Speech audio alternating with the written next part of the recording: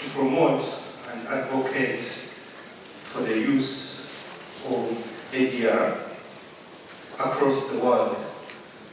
But usually there is a gap between the seasoned practitioners and the young practitioners or enthusiasts.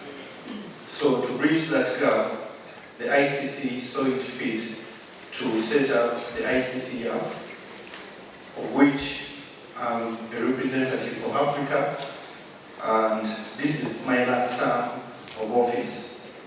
And part of the process has been to organize events such as these to be able to discuss issues concerning ADR, both practical and substantive, that affect the space. I have the opportunity of having the most seasoned and well-trained arbitrators and ADR practitioners who have agreed to give us their time and space to be able to share their experiences and knowledge on a topic which we believe is part of the future of this country. Of course, the topic is about the current trends and challenges of energy in energy arbitration or of arbitration of energy disputes. These distinguished speakers have been able to set aside this time to be able to give you the opportunity to see or to be able to see where your future is. When Watson and I and the rest of the lecturers are talking about ADR, sometimes it seems abstract. It may not seem that it will be practical, but we have brought you the people we believe are practicing this and have made it their bread and butter. So we believe you will be able to pick a leaf, enjoy the session, and be able to learn and connect with these people, because, as we say, this is an industry, and these are some of the people you'll be meeting when we choose to take this path. I thank the management of LDC, Prince Sylvester Wamuga, the acting director, for the 2 days, for giving us this opportunity to host this important event in Kampala, because we believe you are the future of ADR, and it starts by you knowing how to take the path in this very important field. With that, I would like to invite our panelists, starting with the moderator, Ann Namara Musinguzi, the managing partner of Ann Namara Musinguzi Company.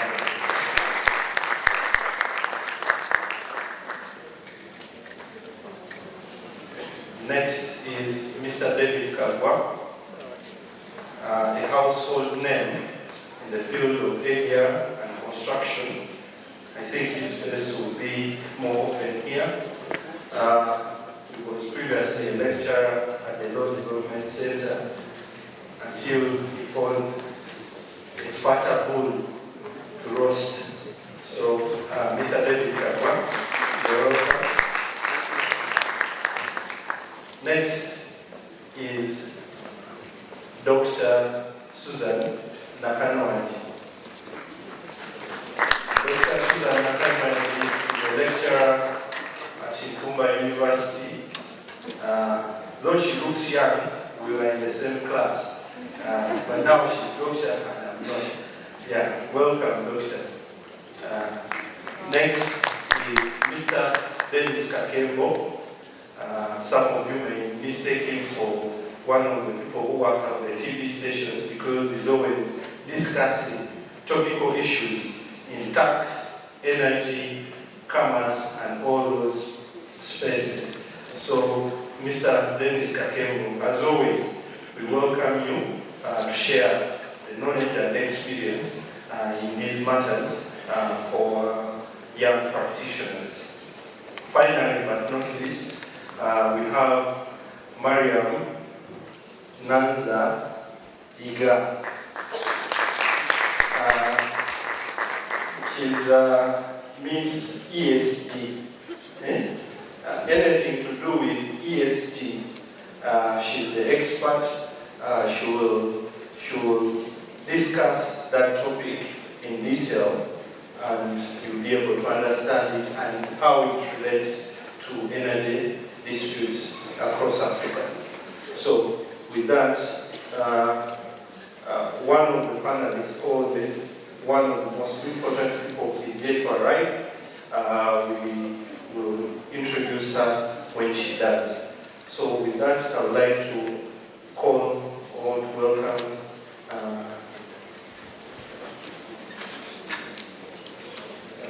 and yes, and those who want to tune in on YouTube, it is what is it? Lord Development Center channel. Yes, sorry, some of the technology were a bit behind, but those who can and those who can share with your colleagues or friends who are interested in the subject can tune in to that channel. So with that, I would like to call Mrs. Namara Musinguzi to come and take over the panel discussion. I thank you.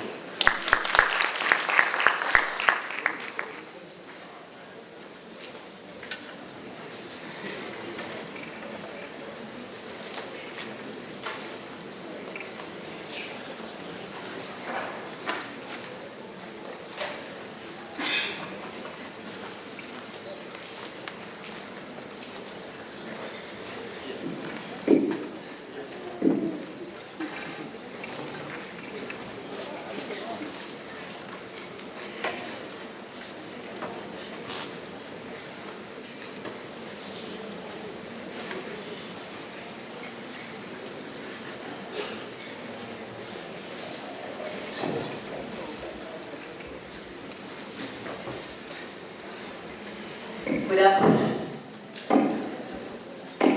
We are very happy to be here. We're actually excited to be here. And before we open up to the panelists, I would like to put the issue or the topic for discussion into perspective. You will agree that the world is in a very serious climate crisis, and for a long time, Africa looked on as climate degeneration happening in all parts of the world. We looked on as the Amazon forest was slowly being depleted by persons cutting trees and causing forest fires.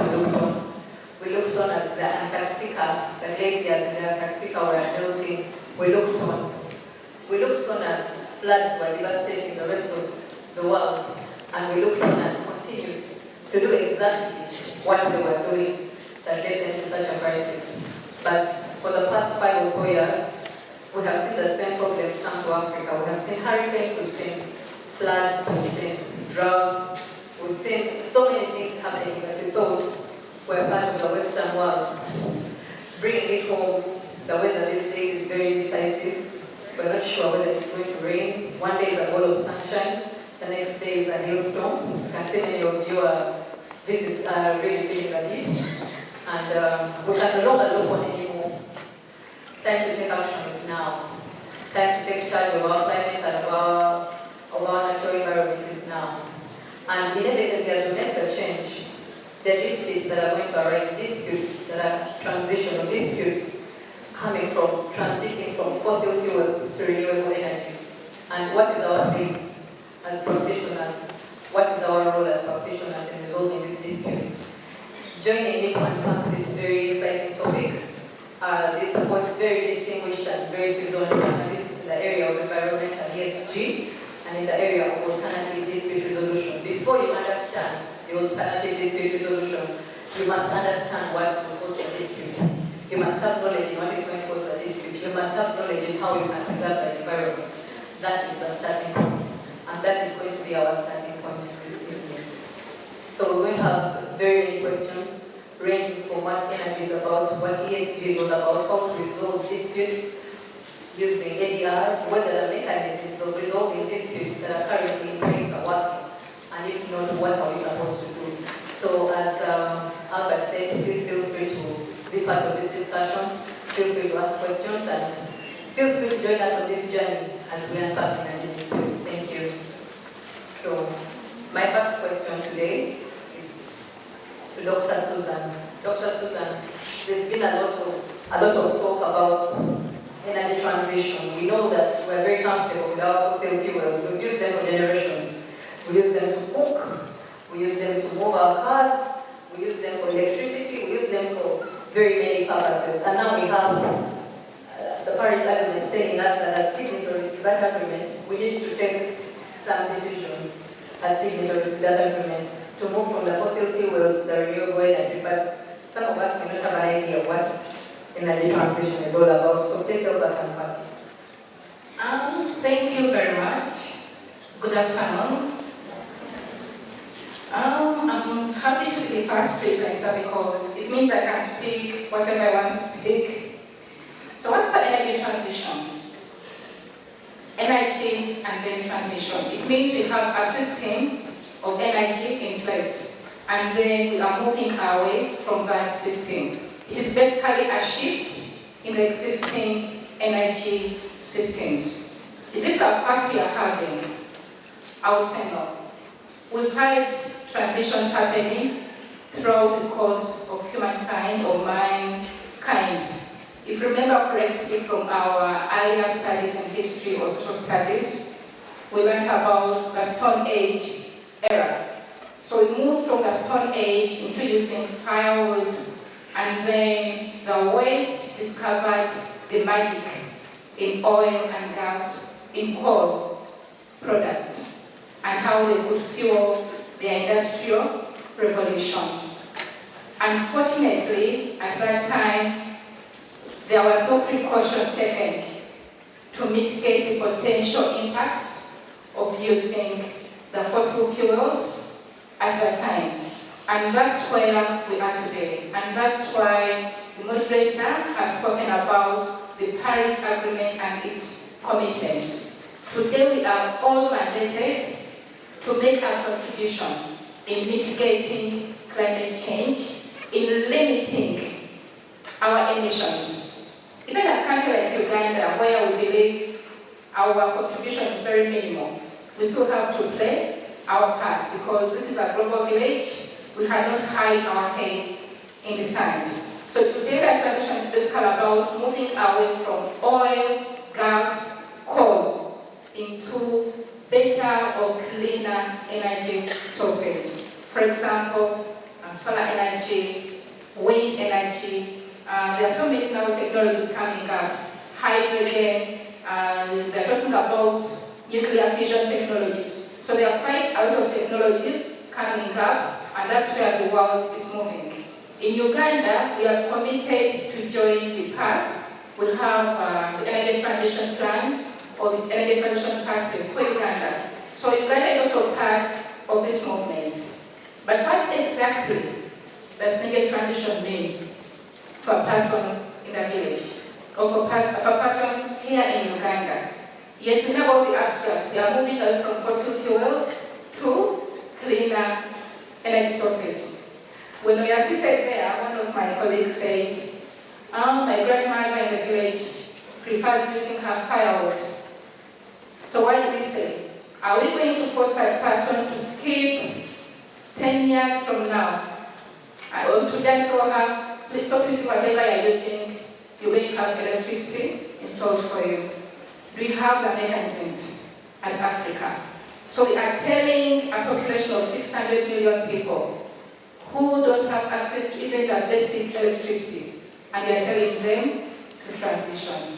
So the question is, what are they transitioning from? So that's a question for you and for everyone to ponder. I think for now I'll stop there.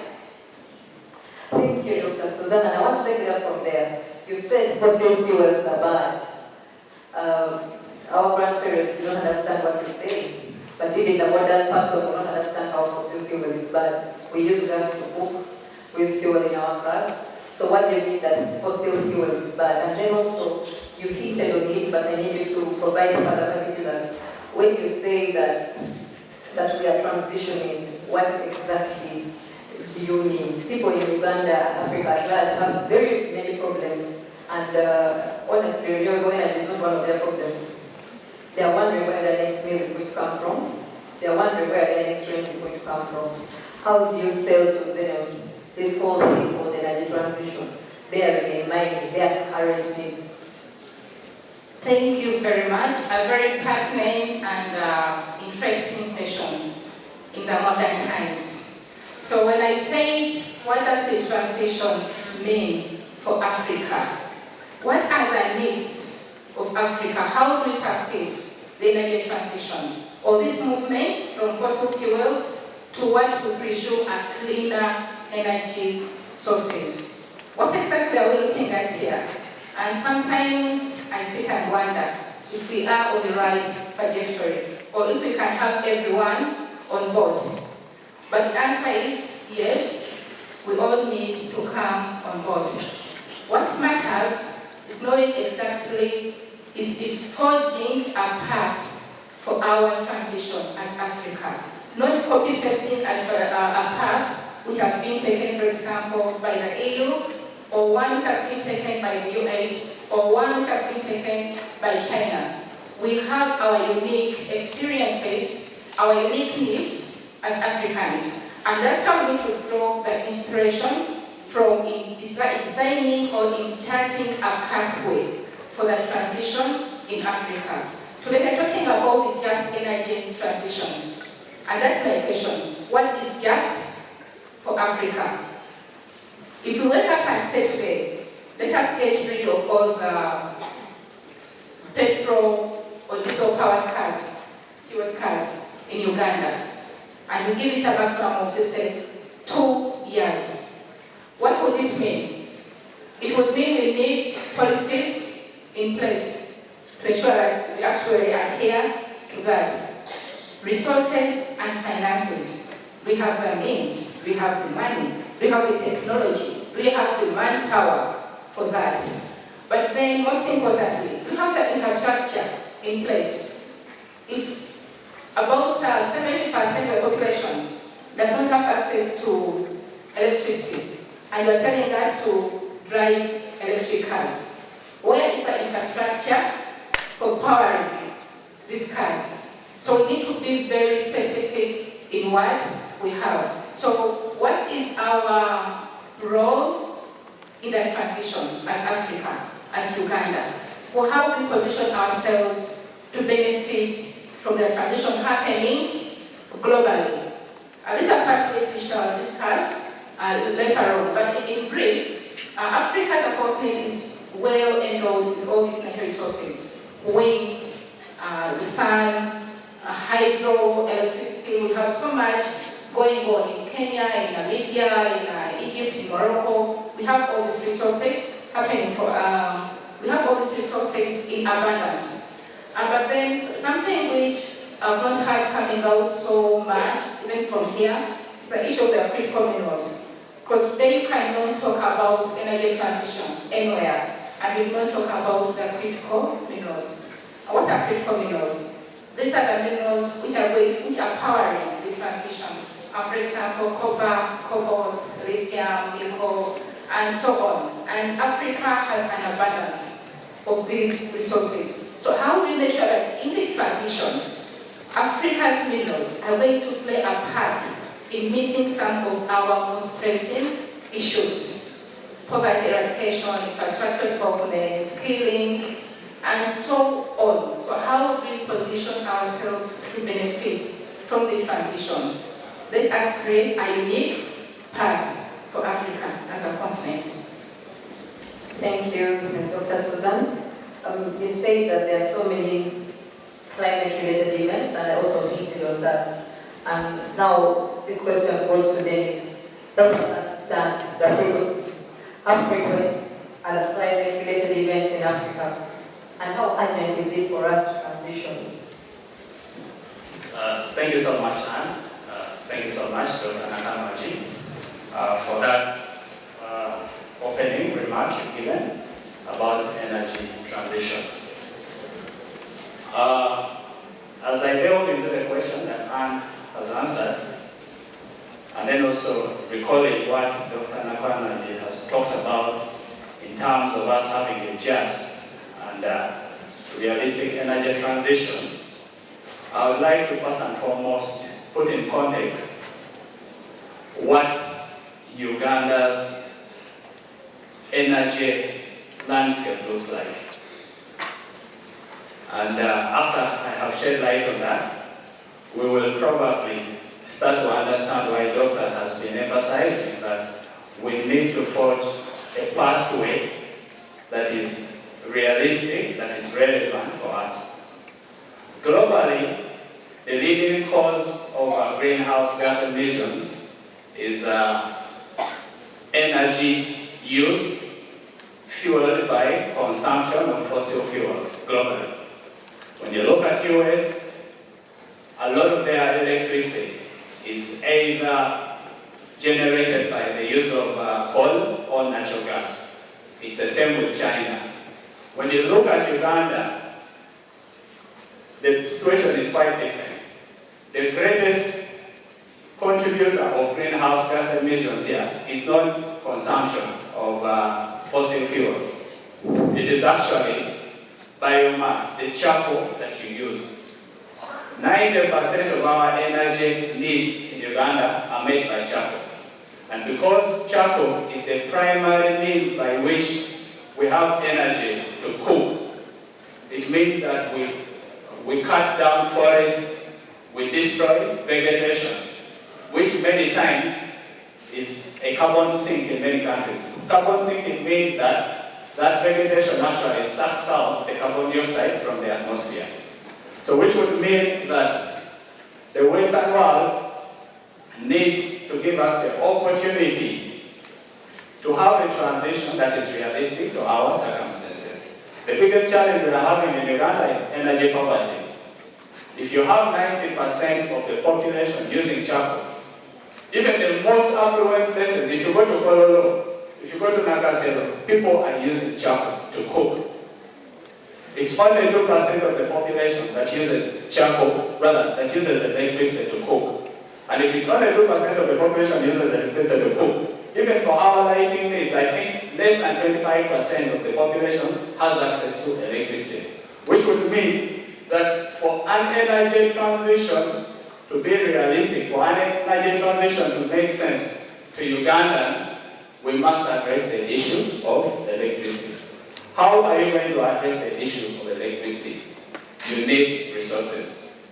When you look at Uganda's energy transition plan, there's an aspiration that by 2030, we should have universal access to energy, meaning that a significant majority of the population, like 70%, should have access to electricity.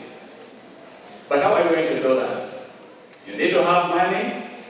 You need to invest in infrastructure. In fact, in financial terms, I think we need about, $875 million annually for us to be able to build an infrastructure, for us to be able to restore the quality of the electricity to acceptable levels. You'll agree with me that even when that light is flickering at your home, you're actually not able to cook on it. So that tells you how bad our electricity is. And that is why in our energy transition plan, in as much as the world is moving away from oil and gas, Uganda is telling the world that our pathway, one of the pathways for us to achieve an energy transition is by leveraging on the oil and gas resources. Because the oil and gas resources are going to give us revenues, which revenues we can invest in the infrastructure. When you look at electricity in Uganda, some of those power cables were last touched in 1950s. That explains why whenever it rains, power goes off. These are not things you see in the Western world. So it is key that the energy transition that we have in Uganda addresses the critical concerns of the people. And me, where I get concerned, I see climate financing coming in. I see electric border borders on the road. I see people touting electric cars on the road. I do not think that is the solution to our challenge. Any solution that does not address charcoal use 90% of the population dependent on charcoal is not a transition that actually talks about the realistic issues. Now that would mean that we have to address electricity. So come up with fiscal measures and policies that are going to maximize the oil revenues. Now after we've collected the oil revenues, on the tax front and the fiscal front, we are fine. The instruments are really fine. But one area that we are ignoring, where all of us should make a lot of noise, is the aspect of revenue management. In the next 2.5 years, oil revenues are going to start to flow. We have a Public Finance Management Act that has established a petroleum fund. But if you recall, sometime back around 8 or 9 years ago, we collected so much money from tallow oil and heritage oil. I think it was about $675 million. What did we use that money for? We might be saying today that, the money we get from oil and gas, we're going to invest in infrastructure, but there's a bit of obscurity and vagueness around how we are going to use this money. And therefore, rather than spend a lot of our time getting excited by borders, which are electric, the hybrid cars, those are not going to address the issues. We must ensure that our monies are going to be invested well in the energy sector.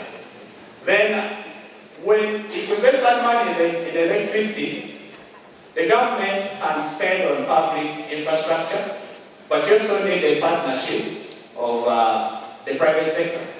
So you need to have private sector come in, and when the private sector comes in, they're going to invest their money. Now, where you as a lawyer, you might have a role to play. Because of how the Western world perceives Africa in general, weak institutions that are not anchored on strong rule of law. That is why even as lawyers, we need to come out. If rule of law is not entrenched in the country, even economic prosperity is going to remain in the right. So when you're drafting an agreement, if an investor is coming from Spain to come and invest in the energy sector or hydropower station here, they're going to ask for an arbitration clause in there. If the arbitration clause cannot be given in the project implementation agreement of the government, they are either going to incorporate in the country that has a bilateral investment treaty with Uganda. Bilateral investment treaties automatically allow arbitration, international arbitration. Then they'll also push for stabilization clauses. And a stabilization clause that is not anchored on arbitration certainly will be futile. So I think where we are now, we cannot, regardless of the differences and disparities over how we should go about the energy transition, there's a recognition that climate change is real, and therefore, for your lifetime as lawyers, there's going to be a lot of investment in the energy sector, particularly electricity. And for those kind of investments that are trying to appeal to the commitments Uganda signed up under the Paris Agreement or Kyoto Protocol, and then the UNFCCC, there's going to be a lot of investment, and there's going to be a lot of work that you're going to offer in that regard. Which would mean that for you to be a very good ADR practitioner, or for you to advise people on things that make sense in the energy sector, you also need to build expertise in the energy sector. A lot of the things we are talking about, the Paris Kyoto Protocol, they are not taught in school. They are not taught, maybe if you've done environmental law, some of these things are spoken about. But there's a lot of knowledge and information flowing by. Personally, when I did my master's, it was in oil and gas, petroleum taxation. I never read about environmental taxation or environmental matters. This is information that I'm just gleaning and acquiring through. So even you yourself here, as you look towards building the future, do not say that I'll become an energy practitioner maybe in 5 years. You have got to start today. Thank you very much, Dennis. You speak about very many things, and one of them is building capacity on our transition journey. So you have spoken to us as lawyers, we need to learn. You've spoken to the government, our revenues need to be accounted for. What other key factors can you point at that we need to build capacity in as we go on our transition journey? What other things do we need to do or to put in place? Previously, the government and the private sector used to operate in silos. And that is why when this agenda of sustainable development started to be talked about, the first interventions that the world came up with were Millennium Development Goals, which were largely looking at government bearing the burden. But we moved away from that and went into the Sustainable Development Goals, which recognize the complement and participation of both the government and the private sector. Now, what I have noted from my practice as an energy practitioner, the expectations of the government and the private sector differ. Yet, for the energy sector investment to move ahead, both stakeholders must meet and they must be happy. And in fact, one of the reasons why Uganda's oil and gas project delayed was simply because it took a lot of time to merge the interests of both the government and the oil companies to get to a point of movement. Now, if you want the private sector to come and invest, private investors are not charity. They have, corporate social responsibilities and the ESG agenda, as I know our colleague Madam Ega will speak about, but ultimately their primary driver is profit. Before someone comes and invests in the electricity sector in Uganda from the UK, the shareholders might demand that we need a return of investment of 20%, which, if you're not able to meet, then they will not come. So what I've seen, sometimes government has been struggling in coming up with policies that can meet their aspirations but also facilitate the private sector. 3 years ago, when Uganda's oil and gas project was almost falling by the wayside, government had made a demand of $182 million from Gallo Oil. And the idea was that if you don't pay us this amount of money, we are not going to sign off the project agreements for the oil and gas sector to move ahead. But by spending on $182 million, you are holding back a potential investment of $10 billion. And if you want to do the simulation, the tax revenues that would accrue from there, we are going to be like 10 times what the $182 million you're fighting for. So I think, fortunately, government lately has had the opportunity to negotiate key agreements. The oil agreements were a key learning point for our government officials, and I would think that going forward, it will be an easier balance for you to meet the expectations of the country, but it also balance private sector investment. Because for us to achieve the energy transition, for us to marshal the financial resources required, I think the private sector is going to contribute more than 60% of that. But how is it going to contribute if government officials are not thinking commercial? And this reminds me of what used to happen 20 years ago when our president was younger. He used to say, I want permanent secretaries who have MBAs. He used to say, I want my government to be run like a business. And he was very keen on appointing PLCs that had masters in business administration because it teaches you to think business. I don't know whether that is still the trajectory that we still move on, but ultimately, my take on that is that it's government that's going to improve significantly the balance of meeting its needs, but then also facilitating the private sector. Thank you, Dennis. Dr. Susan, we've spoken about what we need to do as a country. So my question is, what international collaborations are we looking at? At the recently concluded COP28, which was a review of the milestones and whether we can achieve the milestones in the Paris Agreement, a lot of figures were going to Africa for doing barely anything to achieve what they're supposed to under the Paris Agreement. So what should we do? How should we collaborate? You already said that we are the home of many minerals that are very necessary for this transition, minerals like cobalt, minerals that are needed for the wind farms. So what do we need to do? What international collaborations and frameworks do we need to have in place such that the next COP we have a success story as opposed to having fingers pointed at us.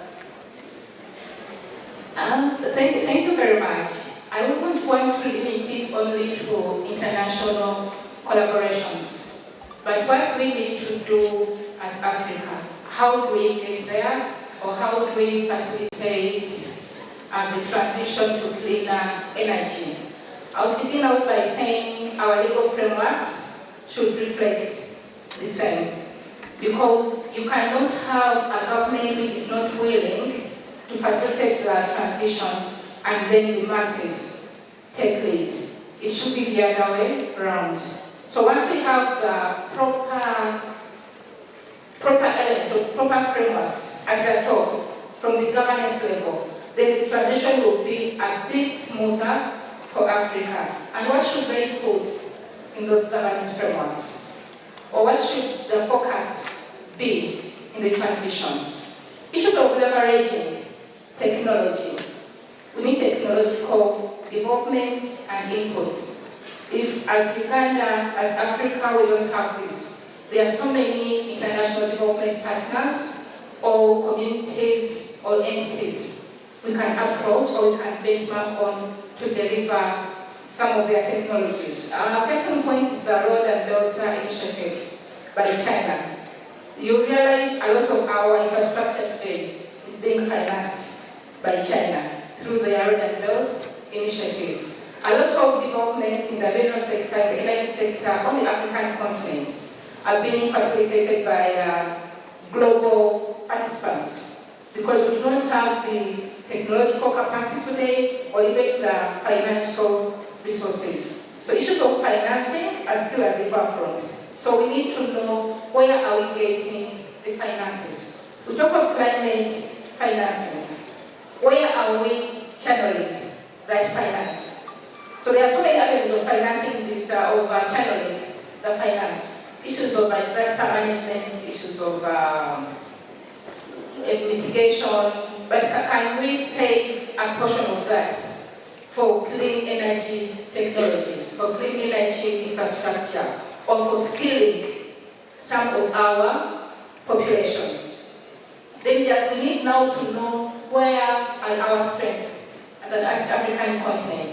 So we need to map out as a country or as a region or even at the African level. Where are our strengths? What do we have in place? We have, like I mentioned, we have wind in several places in Namibia, in Kenya, in Egypt.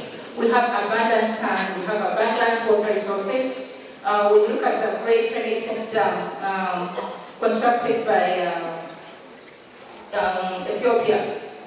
So there are so many things we can benchmark on as Africa, but if we know our strength, and then now we need to know where are our weaknesses as a continent, the infrastructural insufficiencies or deficiencies, technological, and then the legal frameworks, how to benchmark for the countries which are doing it right. So we need to do that. And then in those areas of weaknesses, how do we ensure that we do cooperate? For example, I will give an example of Zambia and DRC. Because today we are talking about building the downstream industry for critical minerals. And those who are critical minerals talk about lithium, copper, cobalt, nickel, black. There are so many critical minerals which are used today for the EV solar panels, for the wind paints, for the electric vehicles. So we need these minerals to foster or to facilitate the transition. And Africa is rich in these minerals. So Zambia and the DRC are cooperating in building a joint hub for lithium batteries. So this is something you can pick a leaf from. If a country is doing something well, maybe they have resources, they have technology, why don't we cooperate with them? Even before going out of Africa, let us look around us. South Africa is doing well. We have countries which are doing quite well. Why don't we learn from them? But also, there's something I would want to highlight, the issue of the transitional fuels in Africa. So we talked about charting a unique path, or charting a path which is working or which will work for Africa as a continent. When we talk about moving away from fossil fuels completely, it might not work for Africa. But in the meantime, can we have the infrastructure to facilitate the movement of LNG, or liquefied natural gas, or LPG, which is the liquefied petroleum gas, to finance our domestic cooking in industries? Can we use this? Because we see one of the leading challenges in Africa is the access to electricity. We all use charcoal in our homes. If I say, let us raise hands here, how many of us are using charcoal in our homes? It might be about 98% of the population here. And you cannot expect everyone to move directly onto the grid and begin using electricity to cook. So can we have infrastructure? Can we have policy frameworks in place to support us in using the LPG or LNG as we move on to, as we think about the going completely 100% renewable? So as Africa, we need that, what we call the transitional fuels. So we need frameworks for supporting what we call transitional fuels in Africa. But also we need to know that we are dealing in a very diverse or a very sensitive area in issues of investments in these investments in clean energy fuels. Where are the investments coming from? How do we attract investors? How do we retain investors? What policies do we have in place to make sure that when the investors come, they actually stay and they deliver on their undertakings in driving change in Africa? Thank you, Dr. Susan. You spoke about us remaining without fossil fuels and the transition slowly to renewable energy. And I think that was why the Energy Charter was enacted after the World War. So countries came together and recognized that each country has a peculiar mineral and a peculiar resource attached to it. And they came together and bound by the Energy Charter. But of late we've seen some disturbing things in countries that are part of the Energy Charter. We have seen the United Kingdom walk out. They are no longer bound by the Energy Charter. The European Union has made a decision to walk out. So very soon they are going to announce a departure of all their member states. So where does that leave Africa? Remember, the aim of the Charter was to ensure that every resource peculiar to our country dwell in that country. So should Africa remain in that charter? Will it help as we transition to renewable energy? Will the collaboration with other member states help us in our journey? Or is it just a waste of time and it is a cake and not more than as the United Kingdom said? Okay, what can I say about that? Number one, we need to go back and understand why the Energy Charter was put in place in the first instance. The main objective was to secure supply of the energy sources, at the time which was oil and gas, for the Western world. Number two, securing investments, still in the fossil energy sector. So is that the case today? So why are different countries working out? Have they taken long to work out of this charter? Or are there more avenues? Can it still be modernized? Some years back, there were efforts to modernize the Energy Charter Treaty for it to accommodate investments in the renewable energy and the other cleaner sources. But then those discussions have failed. We are seeing more countries leaving the Energy Charter Treaty. So far, 9 countries in the EU have left the Energy Charter Treaty. The UK makes the 10th country in Europe to leave the Energy Charter Treaty.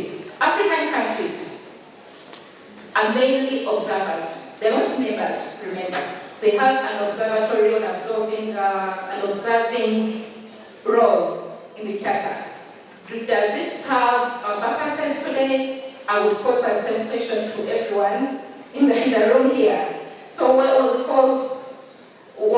us look at why UK and other countries are working out.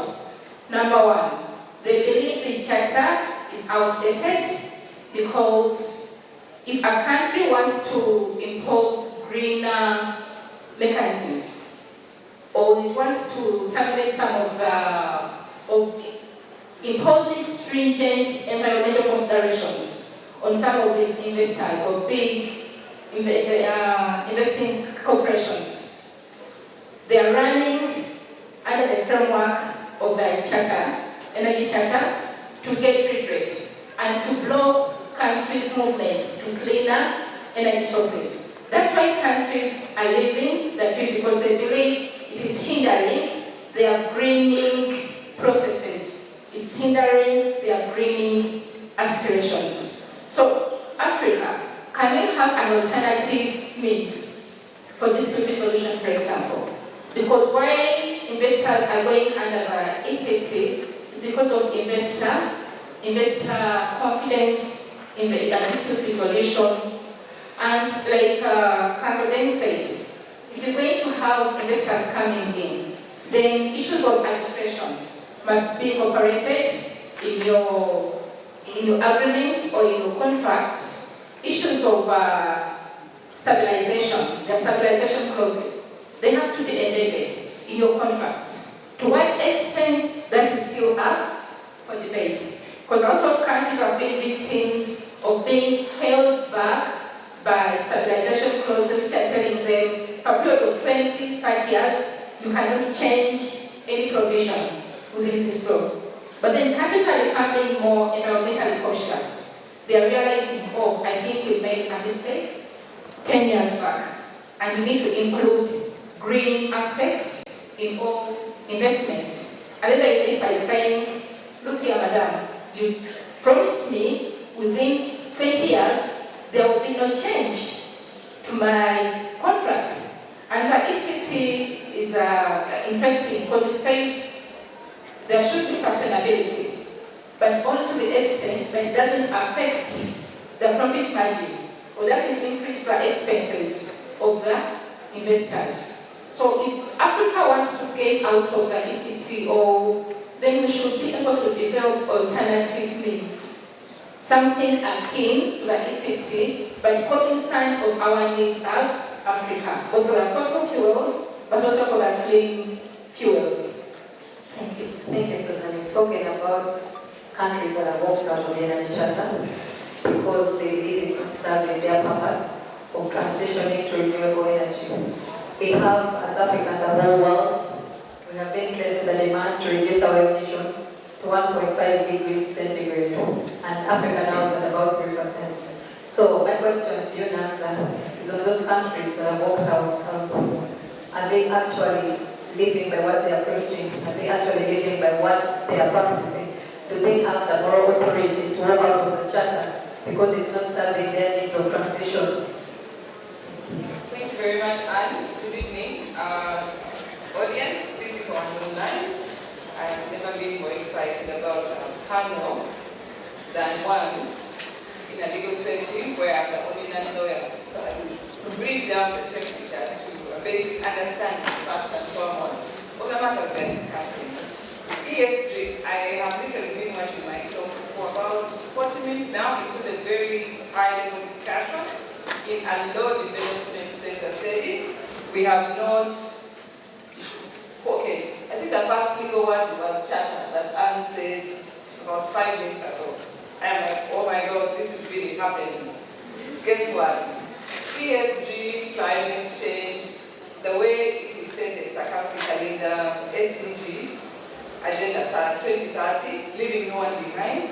ESG, really leaving no one behind. We have been here with all our legal jargon and all our caps and pinochle and words that I can't pronounce in Latin, but we're talking about charcoal, our grandmothers in the village, basic things that affect us. So I was hoping that the first question Anne would ask me is, what is ESG? If she didn't ask it, I'll still answer it.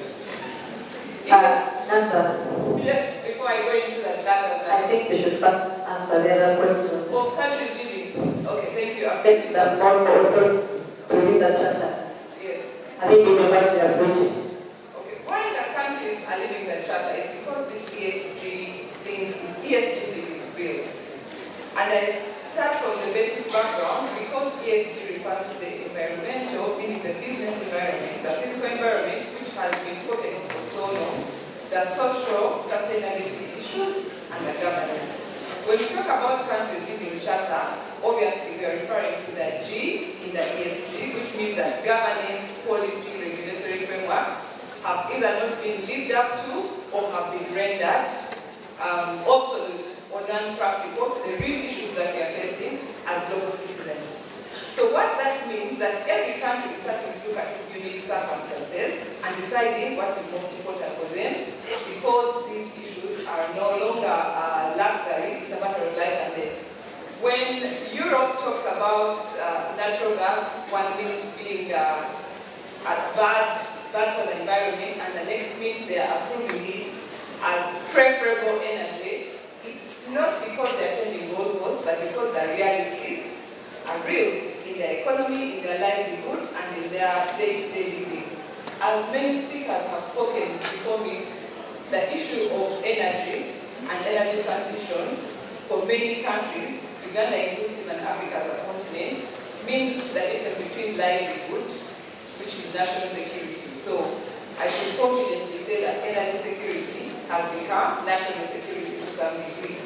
So when countries feel that the policies that are being made are not supporting and enabling basic livelihood from grassroots to topmost, then they have to rethink. The E in the ESG or the whole energy transition thing is not just one aspect that talks about the economics as it is to be, where we had companies choosing which part of sustainability they are going to be part of. Like Dennis said earlier on, the issue of investment started with the aesthetic things like Millennium Development Goals. Then things got really tight, we started moving into sustainable development goals. Millennium Development Goals and then sustainable development goals.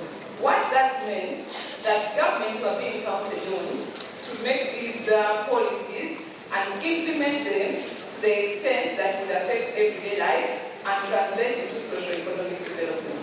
Sadly, every time we set those goals and get closer to them, we realize how far we're trading for reasons that are beyond anyone's control. Then people have to be creative.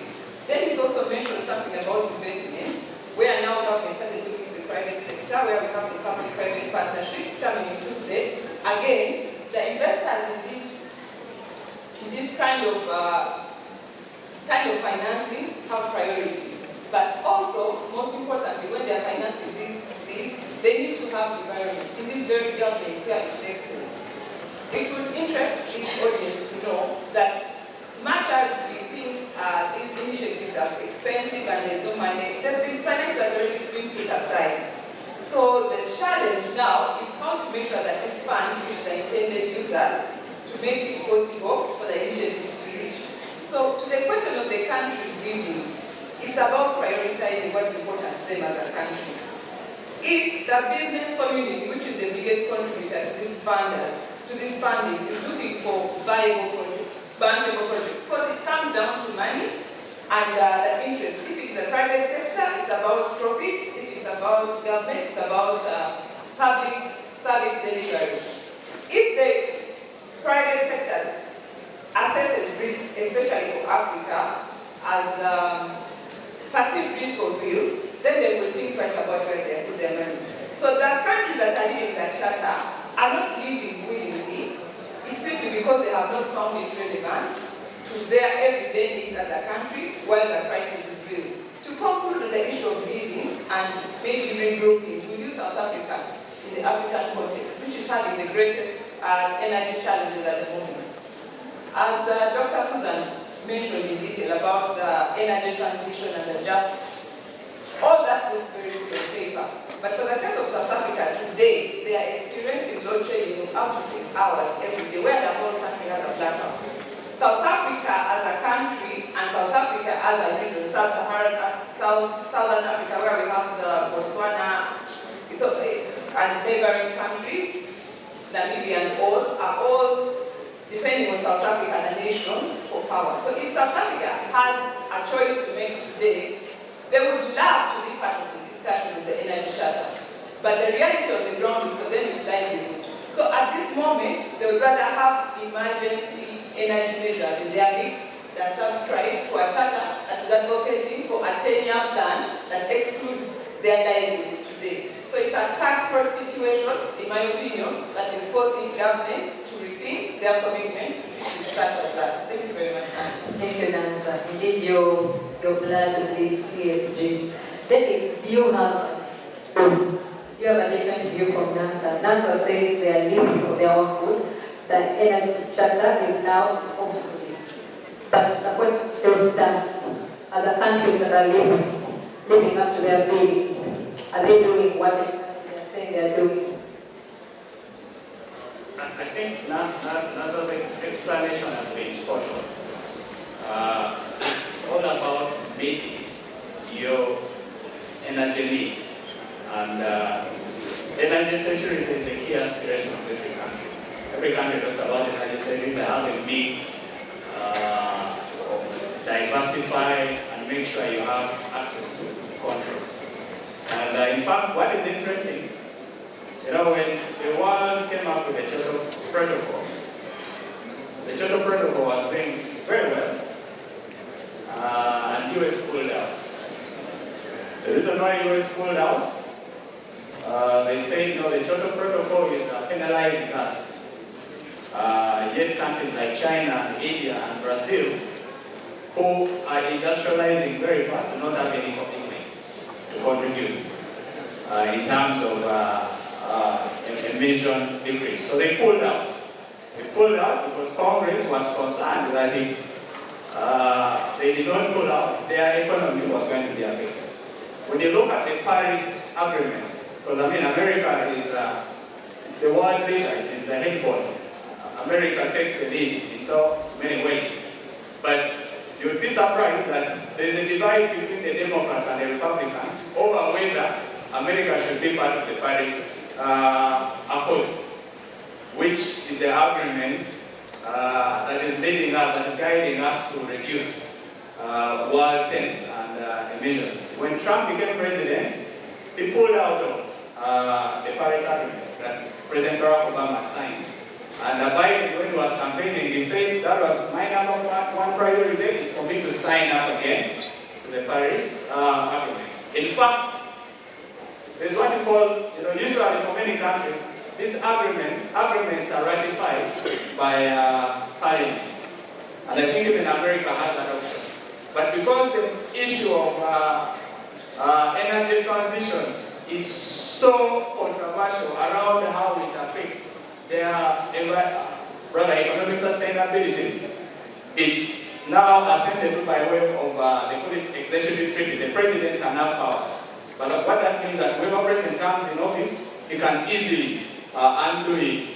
So it's been quite difficult because while it is sexy to talk about energy transition, the reality on ground could actually be different. Look at what is happening in the UK.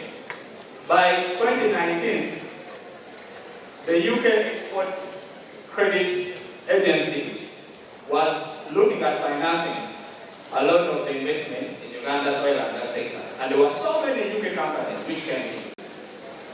I think around 2017, and that is how we managed to get that Hoima airport. It's funded by UK. Now when Boris became Prime Minister, there was a drastic policy direction which was about pulling out of fossil investments. Now what happens when Rishi Sunak becomes Prime Minister? He says, you know what, I appreciate the environmental concerns, but the cost of us adhering to the environmental issues is too much for us as an economy to bear. And that is why they have reopened licensing rounds, and fossil fuel exploration is going to continue, and they've even extended the timeline for phasing out electric vehicles. So the reality on ground is actually compelling countries to think differently. But even more to that, when you look at the discussions on climate change, while everyone is today talking about decarbonization, There is no energy transition pathway that eliminates oil and gas. Even the most ambitious, even the most optimistic, they will still show you that by 2050, we are going to have oil and gas probably contributing about 38% of the energy mix. So if today, as an energy activist, you're saying we should even stop financing oil and gas investments when the scientists and the experts are actually demonstrating to you how the situation is going to be, you're running away from the reality, and you're likely going to plunge the world into an economic habit that we may not easily recover from. So that is a big issue, and quite disappointing. There's a mainstreaming of views. There are some views which are blocked, views that are never heard by the rest of the world.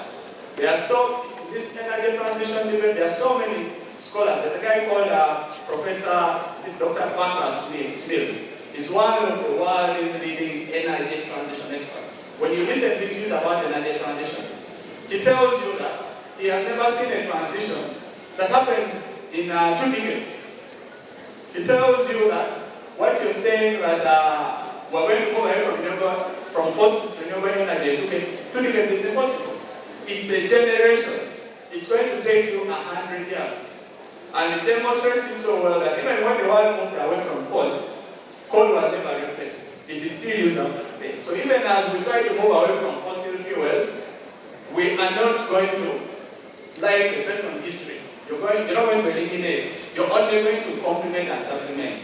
So that is why we need to be realistic about some of the views we espouse, about how the energy transition is going to look like. Otherwise, come 2050, as Nanza mentioned, we are going to still have another timeline within which we will have to achieve the aspiration because we are running away from the reality. And because of the unrealistic expectations, that is why countries are moving away from some of these energy charters that are not meeting their needs. Thank you, Dennis. People perspective, you used a very interesting word to describe the reality versus what's on the ground. So indeed, we should have our own plan. What I hear you say, we should have our own path, we should chart our own path. And Dr. Susan mentioned how rich Africa is in very many minerals, and that brings in that geopolitical aspect. How do you think that your policy is going to affect our transition journey?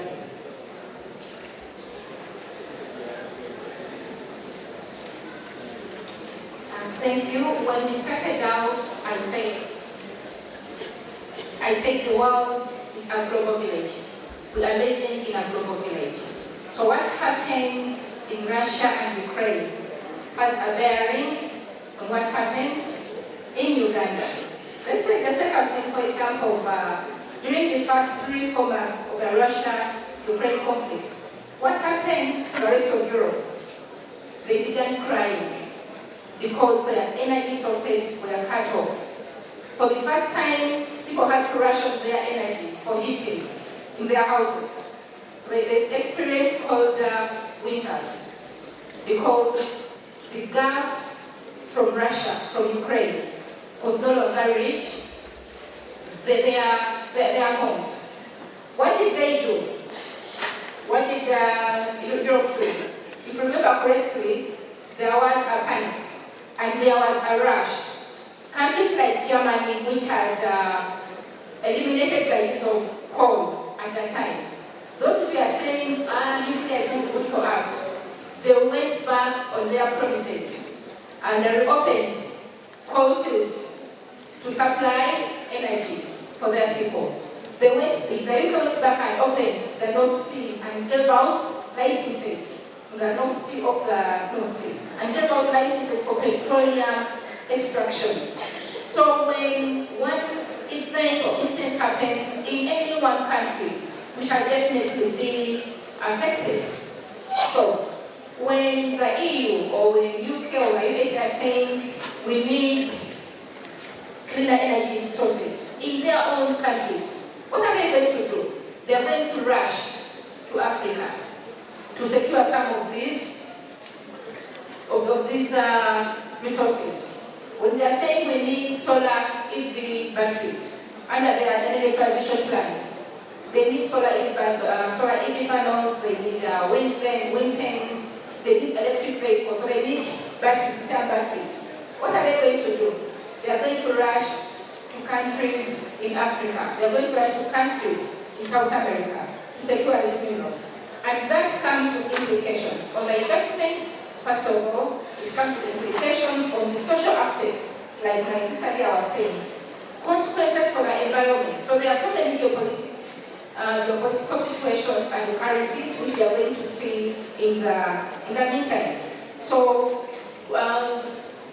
traditionally, China has dominated the global market, especially for critical minerals, which are driving this transition. China has the technology, China has the market, China has, it has direct access to some of the markets in Africa for these minerals. It has signed long-term concessions for securing some of these minerals, for securing gas from different countries. This is a lacuna for the West, for the global North. Now they have to come down to Africa to partake some of the advantages China, for instance, has been enjoying. So they have to fight for the resources in Africa. They have to fight for new markets. They are producing their electric vehicles. We're going to be consumers. They're telling us to transition by 2030. They are ditching all petroleum-powered vehicles.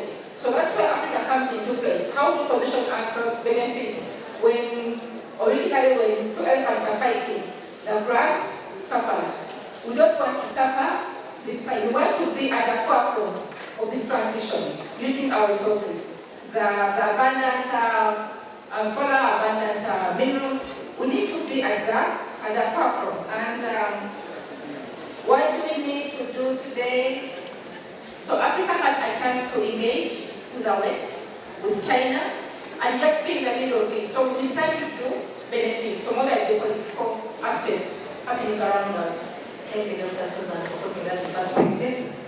Now, finally, on the issue of transitioning, we've all learned about the Equator Principles, and some of the financial institutions in Uganda are signatories to the Equator Principles.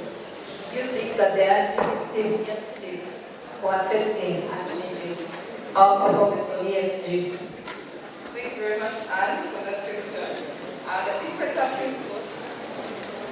The Equator Principles right now as Uganda and Africa kind of remain our lighthouse in this whole quagmire. Of energy transition. Why do we say that? Every single speaker here, except David who has spoken, has talked about project financing for green bonds, green financing, the nomenclature is all out there.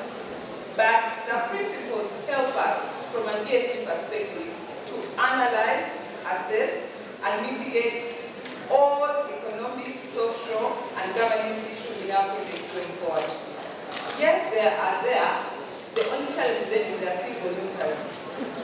While we have the good side that the funding is available from the developed countries, we need to leverage this opportunity as Africa, as Uganda, you talked about the financial institutions getting involved, to make our business environment right for backend projects.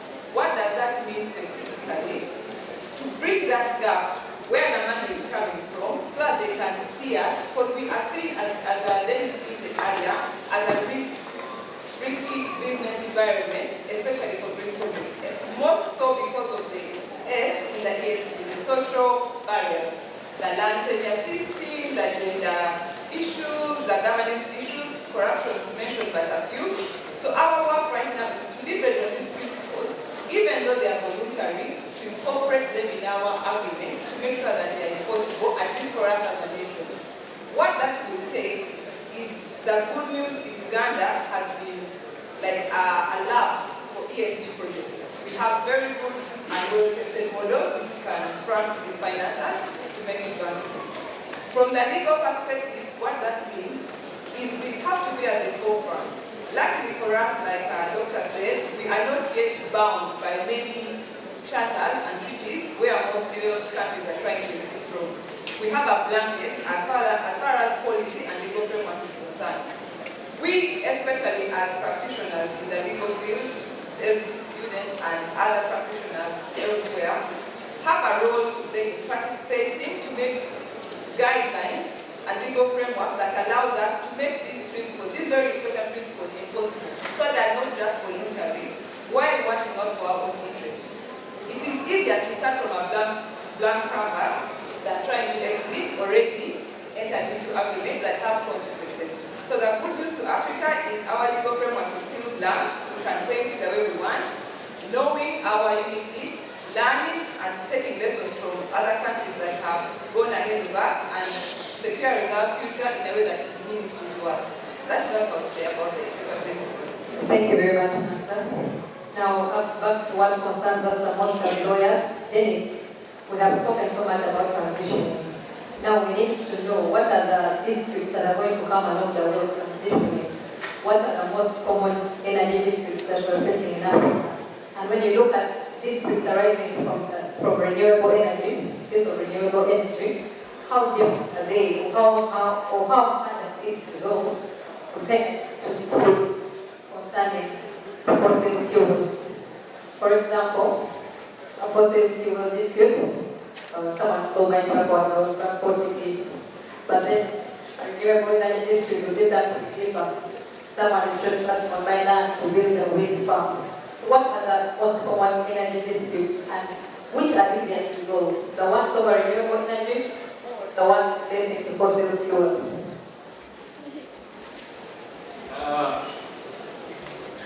I think, what is the profile of the energy sector? What profile do investments in the energy sector take?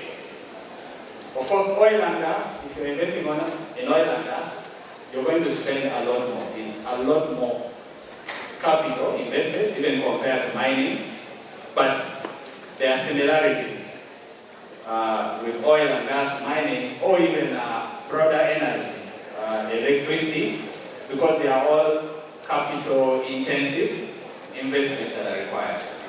So one characteristic of investments in such energy investments that also reflects in the district is that energy investments are long term.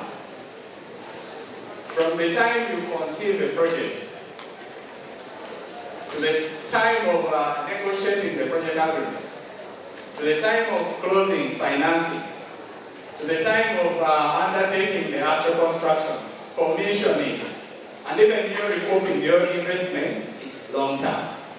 I remember in the late 1990s when we were having a very big electricity challenge in Uganda, we had always wanted to build, I think, Bujagal power, and then also there was on Marshall Coast, there was Nyanga, and then APS. But those projects failed to take off because there was a former minister of energy who became a World Bank official, and then it was said, it was in public domain that probably had received some money that was not allowed, so they pulled out of that project. So these are projects that are very long term. We are talking about electricity, building infrastructure for electricity, but it might take actually 10 years for some of these things to see light at the end of the day. In fact, it reminds me of a news that I saw last week. When I was doing my master's in 2013, the power pools, the East African power pool was such a big thing we're talking about. That because there's so much power in Congo, there's so much power in Ethiopia, why don't we have a pool so that we can wheel electricity from Ethiopia, take it through Kenya, and then bring it to Uganda? It's 11 years down the road that things are starting to see light at the end of the day. So they are quite long term.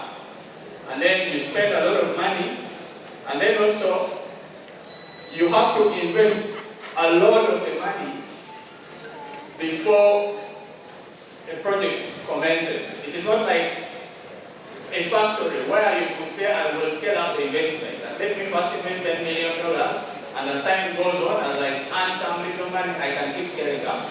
With energy investments, for you to see power, you need to first spend the $1 billion or $2.2 billion as has been spent this Kaluma Dam. Then you have to build the transmission lines for power to reach to the distribution centers and then the last mile users.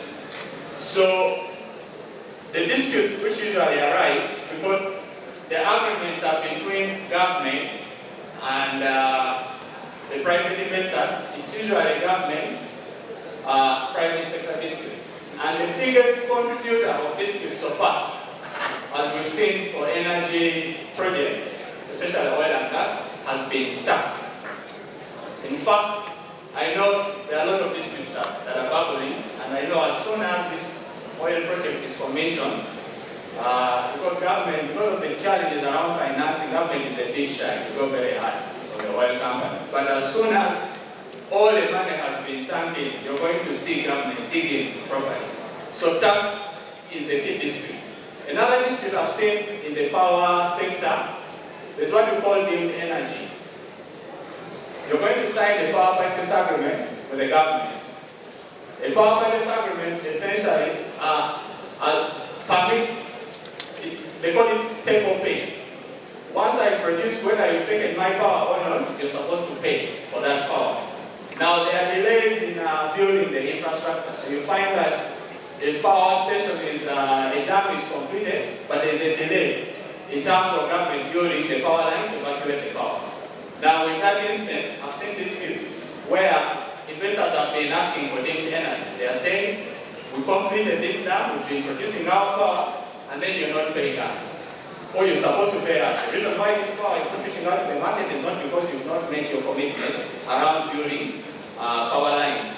And that explains why many of the dispute resolution mechanisms are quite novel. They tend to adopt arbitration as a means of dispute resolution, because these resolutions these disputes are quite specialized, that you need a panel of arbitrators that clearly comprehend and appreciate the matters at hand. And then also secondly, these matters tend to be national. I remember in 2019, when Uganda's oil and gas project aborted, we were quite vocal and we were quite fearful when we were speaking out, because we thought people could label us as saboteurs, because the direction there was that these oil companies are calling us. In fact, I remember there was a capital gang where politicians on that capital gang, and they were lauding government for standing up to these bullies. And I felt pain, because the issues at hand were not about me, I'm a big man, you're a small man. The issues were commercial disputes. If I am going to spend, I am selling off an interest to earn capital to invest in the pipeline. Why do you tax that capital 30%? In effect, the tax regime is supposed to tax profits, not capital. So if Talo Oil had wanted to spend $1 billion, which probably Total and Sino was going to meet, and you as a government, before even they invest it, you're taking 30% of it, then you're shooting yourself in the foot. So these disputes tend to be specialized, and they also tend to be emotional. They're emotionally nationalistic. People could say, no. These guys are taking advantage of us. And that is why in the arbitration disputes, you'll find that very rarely will the country, will an investor agree to have the forum or the place of arbitration as Uganda, where the project is taking place. Usually you look out for a neutral venue where you know that you're going to be given fair consideration. And that reminds me of the dispute we had with Talo Oil. The reason why Talo Oil lost the tax dispute was because according to our constitution, every tax exemption or taxing condition must be placed by an act of Parliament. The production sharing agreement that exempted Talo Oil from paying of taxes was signed by the Minister of Energy, Honorable Saida Bomba. But before a PSA is signed, it's going to be cleared by the Attorney General. It's discussed by cabinet and adopted. So you as a government coming out, you clear that agreement, because it doesn't favor you, you come out and say, no, you're not going to have this dispute. So that is why, brother, you're not going to have this exemption. That is why you see when disputes came into the municipal space, there was no court which was courageous to put government to account. And when Talo Oil referred the matter to arbitration, government was advised by its international lawyers that they were likely to lose. And that is why they settled it. And when they settled it, what they agreed was that instead of you paying, $400 million, remain with the $250 million you've taken. So they settled it. That is why I saw there's a certain civil activist who sued the government. And the argument was that because of settling that dispute, you made the government lose money. And in my mind, I was like, I wish this guy knew that if this dispute had actually been had all the way to the very end, even the $250 million we had taken would have been clawed back. So, and then also, there are also intra-company disputes. Now, you might find that Sinop, the Chinese company, and Total and are in a joint venture. And as a joint venture, they have a constitutional document called the Joint Operating Agreement by how they go about their business. So if there's any intra-dispute amongst themselves, maybe they were cash calls, or one of the parties who was overseeing the project was negligent, you still are supposed to treat it as a commercial dispute and go through the dispute resolution largely by way of arbitration. I have seen that while arbitration is the preferred mode of settling disputes in the energy sector, there are instances when you leave open the window for court, especially for matters that are not very big, and then matters, commercial matters, which are not exactly very technical. There's always room. The first point of dispute resolution could be arbitration, but in case if any party is not agreeable to the arbitration, rather than arbitration being final, you are allowed to go to the High Court or any other court because it's a local matter. It's not emotive, it is not politically charged, and you'll be convinced that the courts can actually decide it very well. Thank you so much, Denise. David, Albert never discussed what kind of arbitration is in East Africa. So, Denise has spoken a bit about arbitration, and indeed, there are very many reports that have established that arbitration is the best way of resolving energy disputes.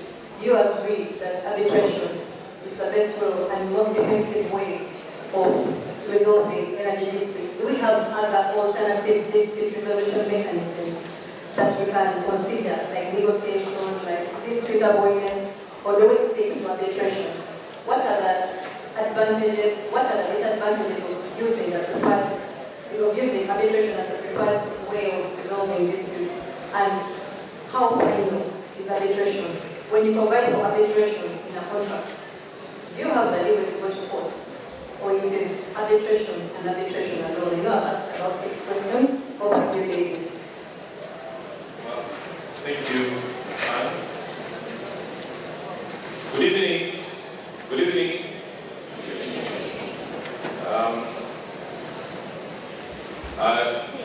Before I answer Anne's question, I want to put everything in context. I was last year as a student 20 years ago,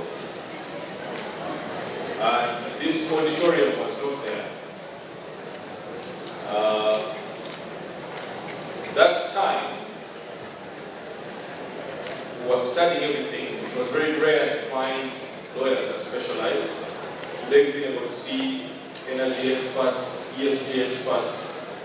So it shows you that I think this is the best time to have gone to law school compared to how we were. And it helps me answer the question which has been placed to me by Anne, which is a better method of dispute resolution. Disputes follow where capital is. There cannot be arbitration which is effective in Somalia. In Somalia, you must have a telephone number with General. But where you see that a country is developing, let me put this in context, so that you understand it very well. I was last year in 2004, and the size of our economy at that time was 7 billion US. 20 years down the road, the size of our economy is approaching 60 billion. It has multiplied almost 10 times over 20 years. What does that mean? It means there is more economic activity available. It also means that there are more opportunities for you lawyers to make money. But it also means that the people who bring money here do not want to enter into our courts.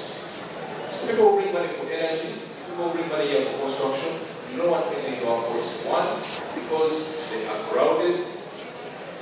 Our economy grows 10 million people every year, every 10 years. So the courts are crowded, they are not specialized. So if anybody is going to bring money, millions of dollars, they always have to put an arbitration clause.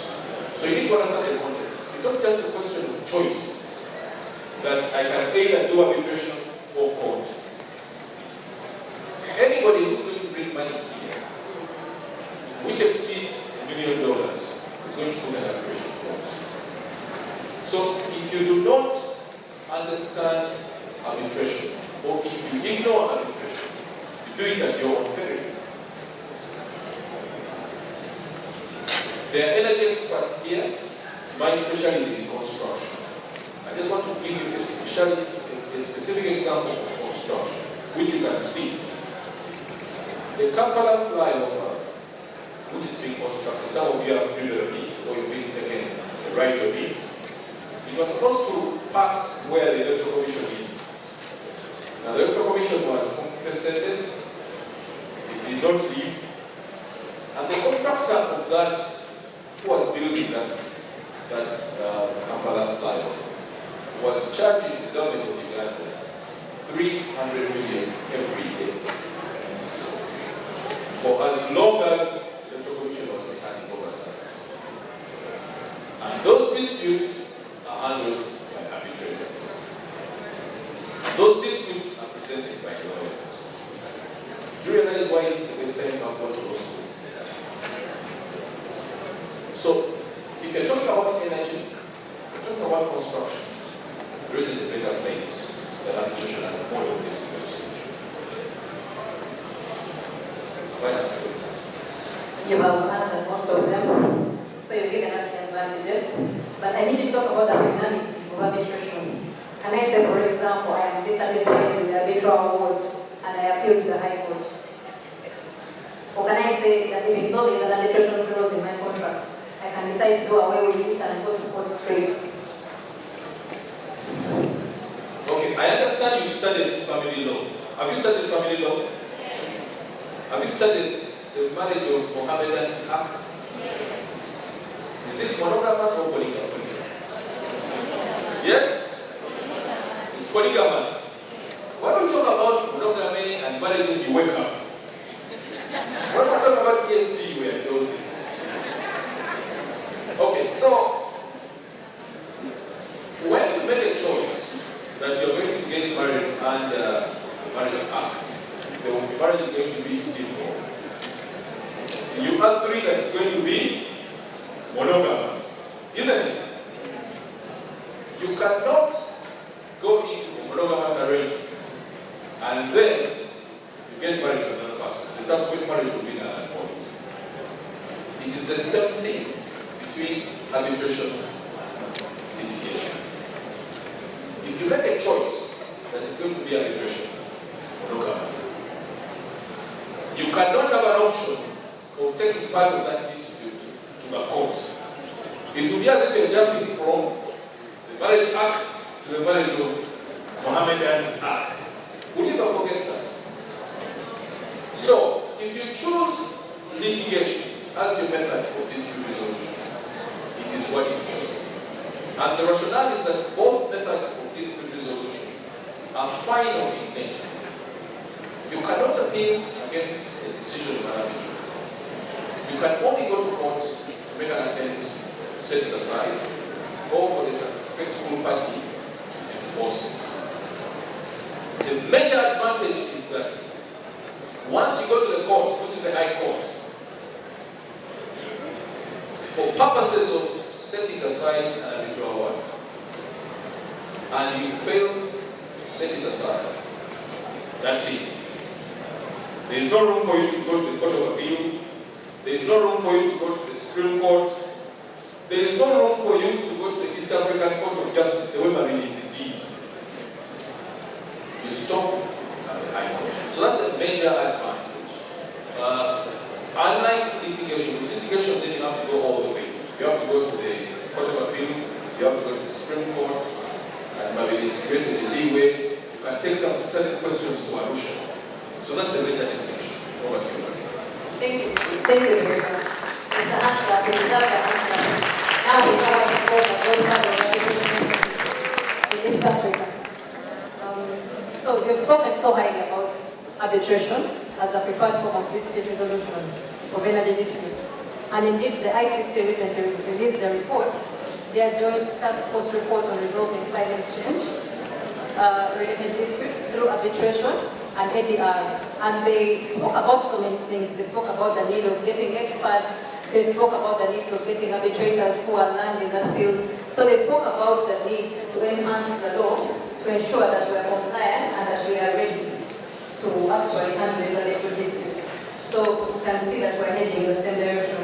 So what are the disadvantages? You say that it's final, it's quick, but then it said it's expensive. Someone said in the shallow oil dispute, or one of those disputes, that it's very expensive. But you also said to answer appeal, what if I'm annoyed? What do I do? I'm annoyed, I don't like the award and I have no ground for setting it aside. What do I do? But also the president of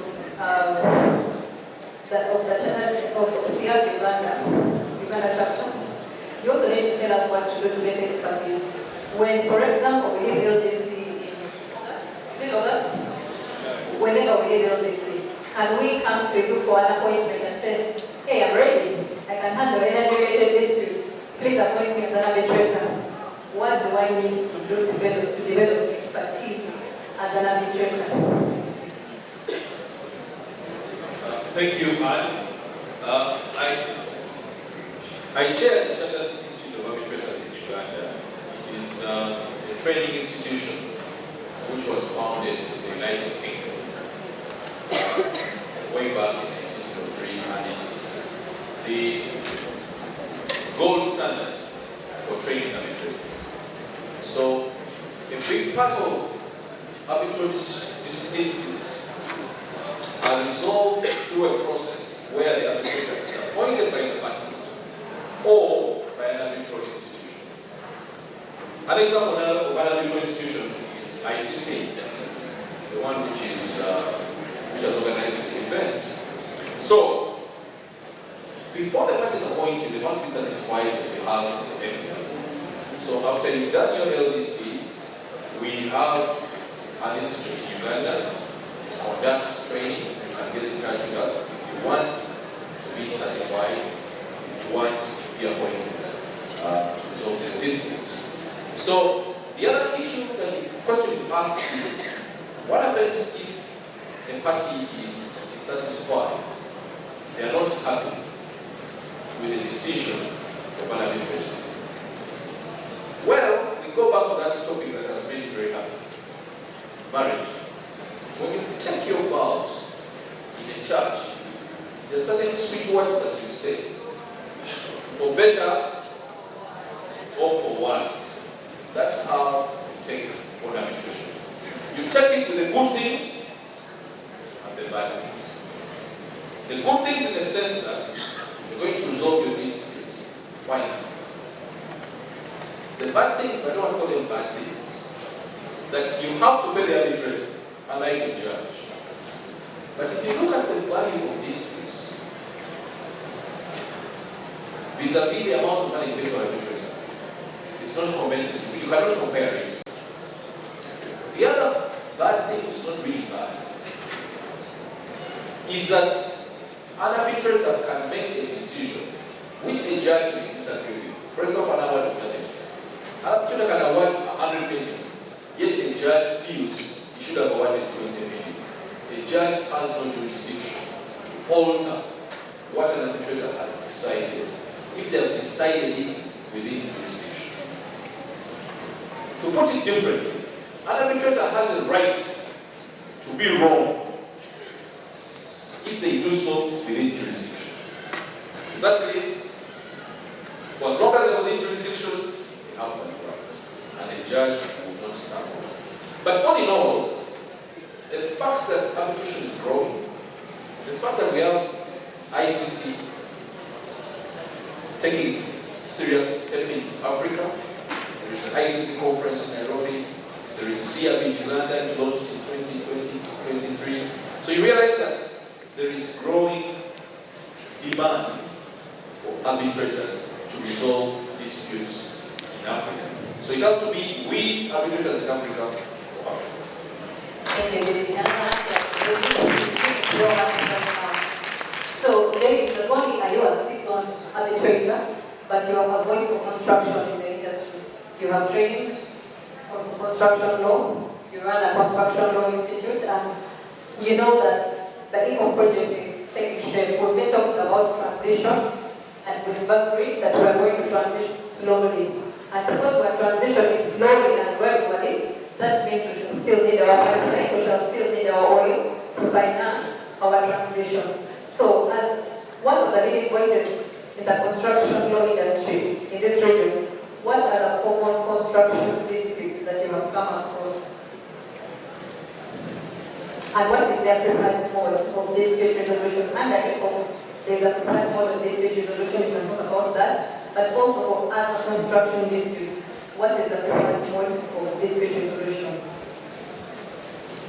Thank you. And this is just to speak to you as lawyers, to show you the opportunities. There was a research which was conducted about construction disputes in the world, but almost 70% of these disputes were in Africa and the Middle East. The research was on 1,800 projects in these countries, and the total value of these projects was $2.2 trillion. But this is where the icing of the cake is. About $100 million was in dispute. Now this is where the lawyer's business is. You know, lawyers are like undertakers. Lawyers make money when other people have problems. So out of this amount of construction, $100 million, including Africa, are disputes. Now, if those are disputes just in construction alone, we've not gone to energy, we've not gone to other commercial issues like shipping, it will show you that the role of the lawyer at that level is 1, act as a representative, 2, act as mediator, 3, act as adjudicator, 4, act as arbitrator. So, in putting this back home, I have told you, and these are relevant to you. Don't listen to my economist and think they are not relevant to you. The value of our economy today is about $60 billion. Now, 12% of that is construction alone. So it's about $8 billion. Now, almost 98% of construction contracts have arbitration or ADR mechanisms of resolving. Now you need to ask yourself how you're going to tap into that $8 billion. I've told you this is the best time to avoid those things. So, the best method of resolving these disputes is through arbitration. So, under the ECO, I am not an expert in energy, I'm an expert in construction. But under ECO, we have devised a mechanism which allows the project affected persons to make complaints to committees that have been established. There's an appellate process within it. There is also an option to appeal to their legal department to take this dispute. And you realize that for every layer of dispute resolution, there is an opportunity for this dispute not to escalate. It has been shown that the average time span for a dispute going through the court process is 5 to 8 years. So, ECOP has devised a mechanism of internally resolving disputes through informal means. But which will make sure that the project affected persons receive their compensation within the shortest period of time possible. So thank you. Thank you, David. You've given us a very quick masterclass on arbitration as a preferred mode of dispute resolution. So you're talking about arbitration. Is it the only mode of alternative dispute resolution? Can, for instance, adjudication work in energy disputes? What about dispute avoidance? I know that the ICC recently released a report by its task force emphasizing the need for dispute avoidance as the first mode of dispute resolution. So should it be arbitration all the way? Can we have adjudication or dispute avoidance? From the first place you avoid the dispute, which other modes are there that you can tell us about? Thank you, Anne. There are various modes. Negotiation, obviously. When there's a dispute, you pick up a call, a phone, call the other party. There is mediation, there is adjudication, there is dispute avoidance. Now, dispute avoidance is a general word, but it means a combination of deliberate efforts by both parties to avoid a dispute from escalating. This is in so many ways where you have a role to play. And let me tell it to you. For a very long time, this has been very shameful for we lawyers. Can you imagine disputes? 80% of disputes, adjudication disputes, were being determined by engineers. So engineers were taking your business under your nose. And it's still happening. The standard contract for construction for the PPDA, Public Procurement and Disposal of Public Assets Authority, has 3 modes of dispute resolution during the construction project. One, if there is a dispute regarding anything, it is decided by a project manager. Now that project manager is usually an engineer, an architect, or a quantity surveyor. So there is no business for you lawyers. If you are dissatisfied with the decision of the project manager, it goes before an adjudicator, who is appointed, listen carefully, by the Uganda Institution of Professional Engineers. So your business goes to engineers. And then those engineers make the decision, and 80% of all construction disputes are resolved at that level. It is only 20% that goes to arbitration. Then you, we, the lawyers, all of us, share in the leftovers. So, there are various methods of dispute resolution. I've named them, but one thing which you need to take note of is that recently the World Bank adopted new forms of contracts for construction, which introduced a body of persons of which you lawyers can be part of, called the Dispute Avoidance and Adjudication Board, DAAB. Their main role, you can call it a DAB, their main role is mainly to provide advisory opinions to contracting parties to avoid disputes, a method of dispute avoidance. Another role is to help the parties understand their roles and obligations. Another role is to make decisions which are binding but which are not final. But one key thing that before I take leave of this aspect is one of the fundamental ways of avoiding disputes is having the capacity to interpret a contract, as basic as that. If you do not understand your obligations under the contract, there's going to be a dispute. So, I'll be here before you on the 7th of March. I'll be talking about construction. That whole afternoon. But the point is, one of the key methods of avoiding disputes is contractual interpretation. Please don't allow engineers and architects to take up your business. Thank you, David. Thank you, David. Very well said. I would just like to confess to you that photograph is still necessary in resolving disputes. So even before you say that I don't have any more use for the first question in the cause of action, please please remember that as you're doing these disputes, you have to know whether there was a cause of action. Who's liable and who's liable to pay. So please don't throw away the baby with the bathwater. Don't forget the principles that you've learned in your mitigation practices. I would now like to invite each of our speakers to give us their parting shots in under a minute, starting with Dennis.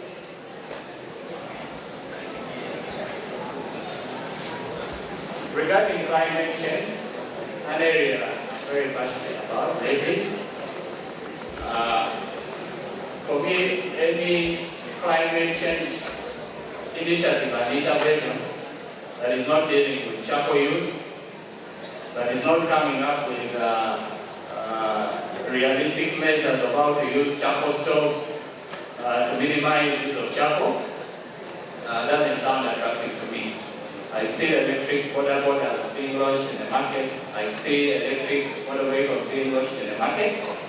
But given where we are, I think we need to address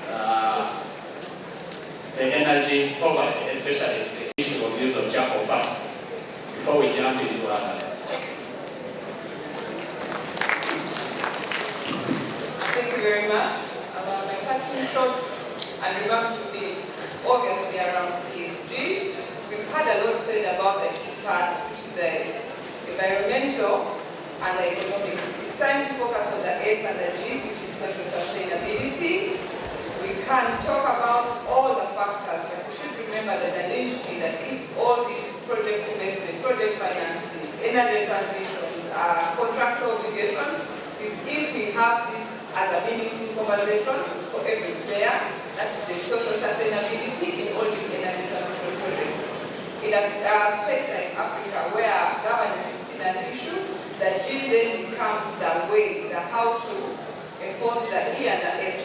So let us be very, very intentional in capitalizing on our campus, as earlier mentioned, to make bankable projects within the legal framework that suits us, and to keep the eyes on the goal so that we can not make the mistakes that our predecessors have made. I'd like to conclude by congratulating the government of Uganda for taking the action that is necessary, especially in public procurement. We have a new guidelines in the PPDA that are now very, very, very stringent on ESG issues. They're looking at different schemes, reservation schemes. They're changing evaluation criteria to include green incentives. They're giving us new methods of ranking bids in infrastructure projects. Look at things like whole life cycle costing, in supply, in work, in service delivery. So they are baby steps, but we have our eyes on the prize, and there's a lot of hope for us as a nation.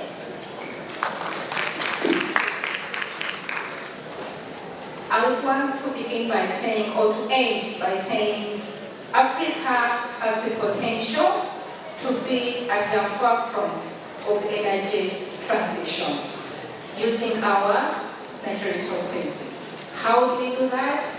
I will just leave only one major point is effective governance systems in place, because we realize a lot of our countries have been categorized as being fragile states. So with governance, corruption, poor infrastructure development, these are roadblocks we need to address if we are going to see more investments in the clean energy sources. But then there must be just energy transition, cognizant of our unique needs as Africa and our unique capabilities as a continent.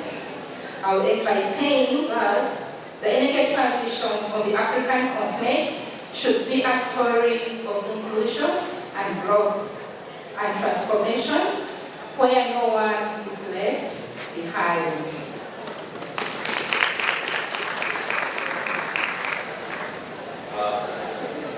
Thank you, Anne.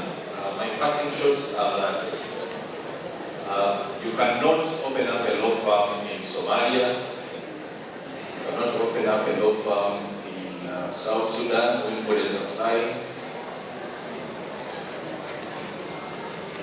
You can open up a successful law firm and do business in Uganda. You just need to have the right skill. The environment is already there. The economy is growing, projects are there. All you need is skill, the knowledge, and the sky will be the limit. Thank you, David. Thank you. Big thank you to all our speakers. I think we've had for ourselves. We've had the art, the transition journey. We have had the opportunities available for us as arbitrators. We've had the opportunities available for us as dispute avoiders in the system. So now the problem is clear in our court. Let us go and action what we have learned. Thank you so much.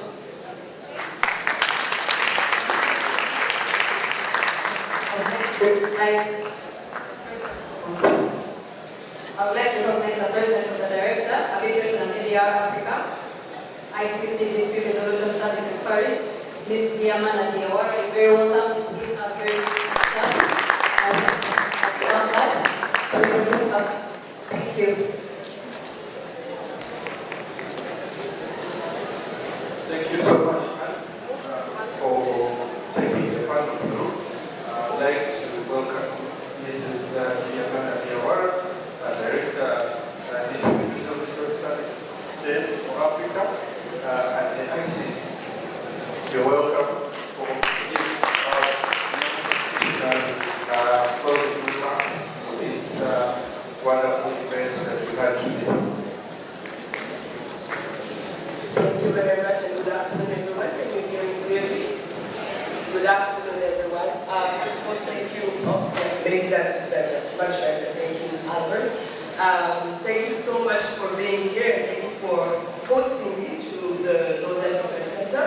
I would like to start maybe by just thanking my colleague, Albert, who is our ICC Young Arbitration and Media Forum representative here in Uganda, for organizing this event in collaboration with the Law Development Center and affording us the opportunity to ICC to meet with the young Ugandan practitioner community. So this is actually my first time here in Kampala. Thank you very much. I was actually supposed to be here earlier, but as often in African cities, traffic will do that to you and prevent you from getting to where you need to go. However, thankfully, thanks to technology, I was able to follow the very interesting deliberation online on Zoom as I was making my way here in my taxi. So I had the great pleasure to hear our speakers, and I would like to thank the moderator and every single one of the speakers for a very, very enlightening panel, extremely interesting, and yes, I can deserve another round of applause. Now, I will not be long. I know you guys have been here for a little while already. I just wanted to share a few thoughts following this panel and with all of you this afternoon. One thing that we've heard today that I think is very true is how much Africa is on the right path when it comes to developing energy, transitioning our energy, and we do benefit in a way from having the experience from other regions of the world and fast forwarding in that regard. And when it comes to the dispute resolution industry or area, what we see in the caseload of the ICC International Court of Arbitration is that energy is very much central in the activity that is triggering disputes, in the transactional activity that is triggering arbitration cases within the ICC. So if you look at our caseloads currently, we do have roughly, I would say 40% of our disputes were coming out of the construction industry, and another 35 to 39% coming out of the energy industry. That is at a global level because, as you know, the ICC International Dispute Resolution caters to all regions of the world. When it comes to the African continent, those figures are still very true, meaning that the top industry sector where you will find dispute resolution clauses, the top transactions where dispute clauses of ICC are being used are energy and construction. There is, interestingly, a third, and not surprisingly, I would say, a third industry sector where you will find disputes coming out of in the African continent, coming to the ICC, and that is the mining industry. So these three, energy, construction, and mining represent, I would say, the bulk of the industry sectors that feed the work of ICC in terms of arbitration and also ADR. We heard about the dispute boards just towards the end of the panel, and say for mediation. These are also some of the dispute resolution mechanisms that ICC implements, and where we see in the industry, in the construction industry, in the energy industry, in the mining industry, a lot of our disputes coming out from in Africa. Now, of course, this is telling us that roughly the parties in those industry sectors trust the work of an institution such as ICC to resolve their disputes. In particular, when you're looking at international transactions or cross-border transactions. So most of those cases will involve a party from the African continent and a party coming from outside the continent. And that tells you that there is a lot of interest and work for you young practitioners or future young practitioners into that sector when it comes to cross-border disputes. And I would very much invite you, if you don't already do that, to think about, for example, venturing into learning new languages, looking at complementing your legal education with other jurisdictional law in other countries of the region, or even go abroad for that. Now, what we know also looking at the ICC case load is that roughly today 9% of our cases, of our parties involved in ICC disputes come out of the ranks of the African continent.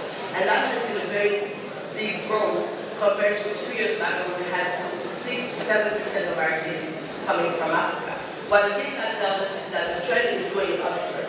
The trend is that there are more and more transactions in Africa in the different industry sectors that we heard of. We've discussed energy today, where parties are deciding to trust the ICC court with their transactional work, and if a dispute were to arise, that will be handled by the ICC International Court of Arbitration. Again, that is a sign for you guys, young practitioners, here in the room in Kampala and following us elsewhere online, that there is some interest in career development for you in that particular international arbitration space, if you wanted to specialize into that. So that is why, in my view, an event such as this one is so important. That is why it's so important to continue building capacity and to continue doing, having a constant open dialogue with young practitioners all over Africa through our Young Arbitration and ADR Forum, because we know that there is and there will be an increasing need of practitioners from the African continent to get into those issues. Because it is one thing to say that we see more and more transactional work in Africa at an international level, but we need to make sure that we have practitioners who understand the reality of the ground, who understand the local laws, to cater to the needs of those parties using ICC arbitration in Africa. And that is where you all come in, and that is where ICC YAAF comes in, to make sure that you are fully equipped with the skill set that will allow you, if you are willing to enter that space during your career, to be able to efficiently develop your career in the international dispute resolution area. So, in conclusion for me, the work is really to tell you all that there is a lot of, you've heard this panel today, there is very interesting aspects to learn from. There is a lot of interest today, and you guys as young Ugandan practitioners or future practitioners, as young African students, have a lot of things to look forward to in that space. So if you're interested in learning or if you're interested in building a career path in the international ADR space, please do register with our ICC International, ICC Young Arbitration and ADR Forum. It's online, it's free of charge. We'll be receiving all of our activity around Africa. Please also look for our accounts on social media, because we tend to spread our information there. We will make sure to involve the the Law Development Center in our future distribution of information, so that you also have access to that. And make sure that you get in touch with us. We're really looking at identifying those in each African jurisdiction here in Uganda and elsewhere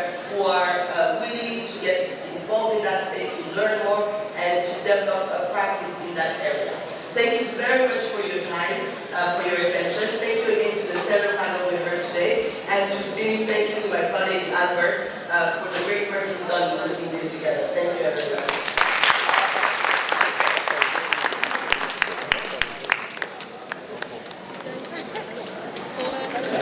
Thank you very much, Mrs. DMR. Our students and young practitioners, as you have heard this afternoon and this evening, from our distinguished speakers and our season moderator, the future lies in your hands. You know, being able to break down one of the most complicated areas. Some of you have your profiles as energy lawyers. So I don't know whether you still stick by that or a lot more work needs to be done. So we hope the next time we have this discussion, you will be the people seated over here giving the rest of the people the knowledge they deserve. So I hope this has intrigued the passion and the interest in the area of ADR, and maybe specifically energy. We added in a little source for construction so that you are able to know that ADR does not hang in space. It works on substance. So the substance can be construction, can be energy, can be commercial. So these are some of the people you will be engaging with. As we pointed out, the purpose of the ICCR is to connect and network as well as advocate for the use of ADR in the entire world. So I thank you for your patience and giving us the opportunity to address you.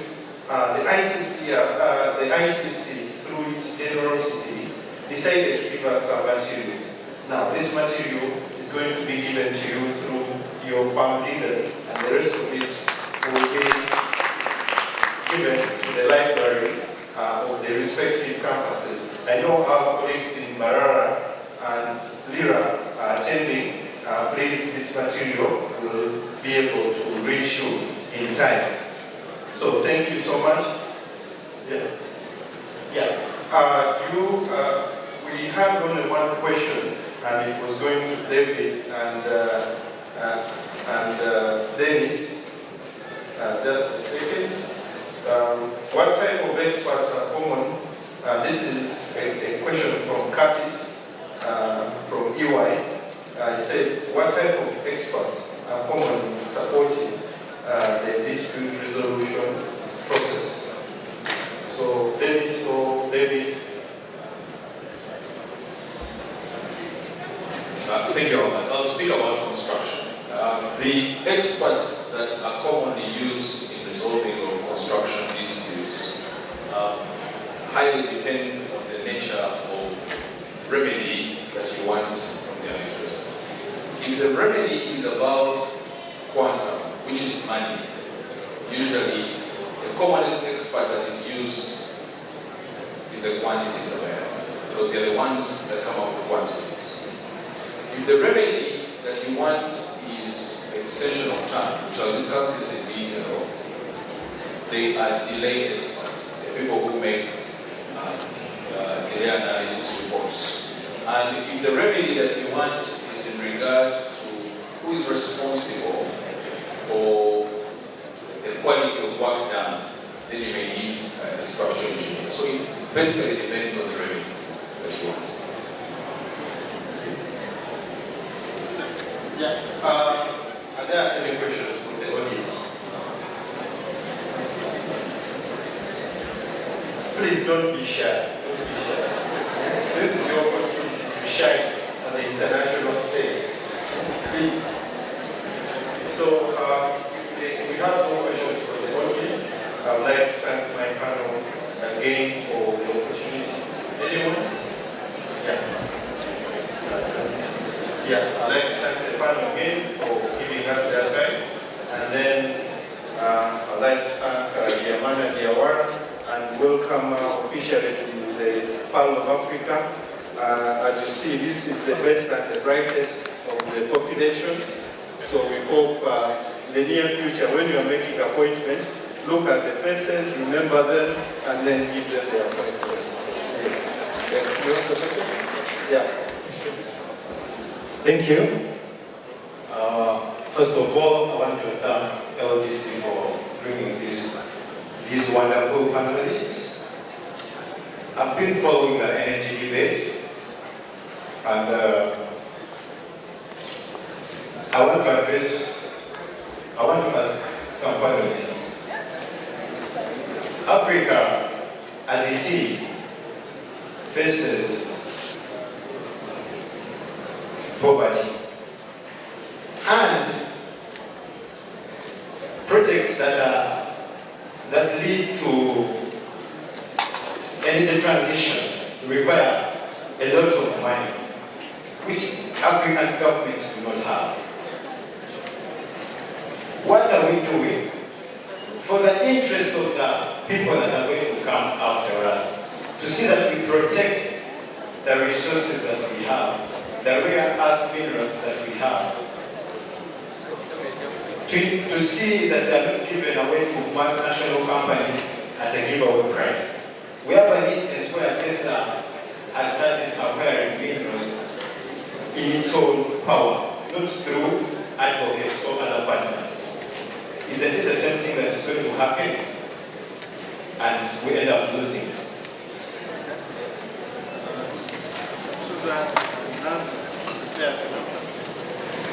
Thank you very much. I'm Hamilton. I have two simple questions. Number one, we've been trying to evaluate the challenge of energy transition. We talked about technology, the lack of money. But I was more interested to hear from the panel how we address this problem from the grassroots. Because what we are having here is more elite talk to the educated. But the problem emanates from down. So, and sometimes our governments are reactionary. Somebody comes up with a policy, no cutting trees. But have you addressed the problem why the trees are being cut? So how do we go over that? Thank you. Members, kindly take your seats. We are about to finish just 10 minutes and then we'll wrap this up. Thank you so much, Councillor Albert. Thank you so much, our dear panelists. I personally, when I saw this kind of panel, I was so excited. I last saw it, I think, at the start of the year, sitting like you. So I was excited that it was going to come to all this. I have 3 questions. And the first question goes to Council Ennis. I think you can be following the discussion. There would have been more than that because of the time constraints. Taking up very much. The first one goes to Council Ennis, and it relates to the rate of disputes that commonly arise in the energy sector. You pointed out one of the most common, tax disputes is in tax. I've also realized that some of the companies that are coming to invest in the oil sector originate from countries where Uganda has, at the moment, suspended double taxation agreement negotiations.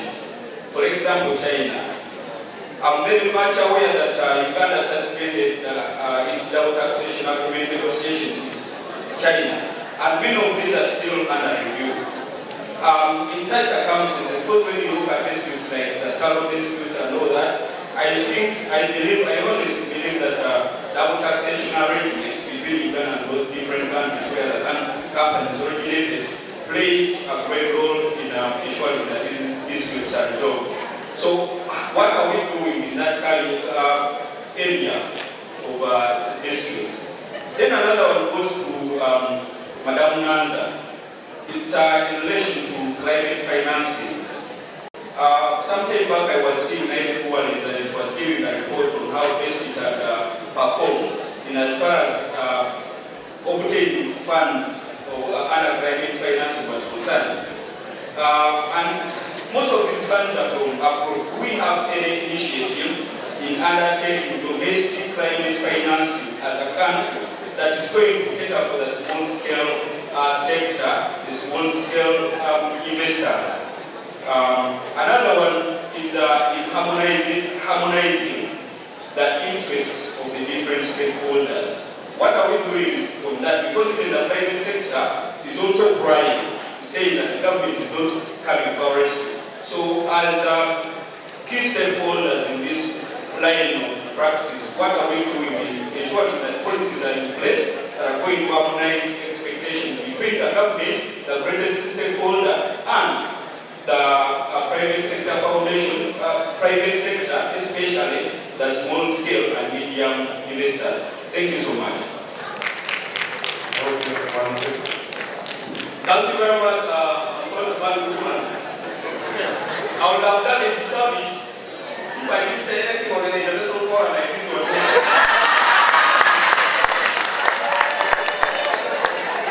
First and foremost, I'm very grateful and I follow the examples very carefully and we are very happy from the start. I would have been disorganized, but later on when Council started talking about arbitration and how our guys are involved in arbitration.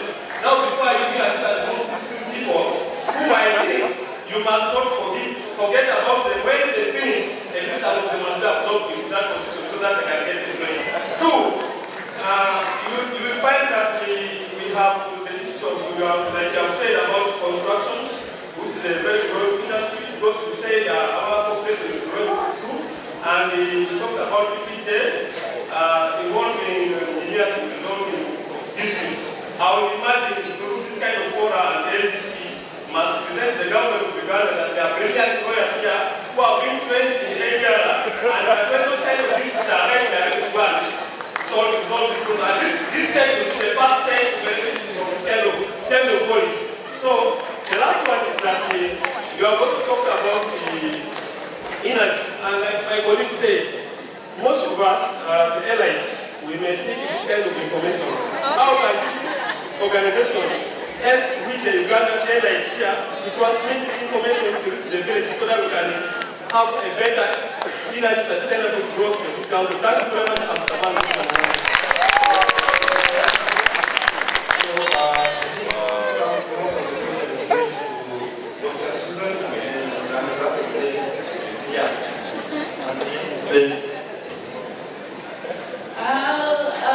Thank you for the interesting questions. Unfortunately, they are coming in when we are running out of time and people are tired.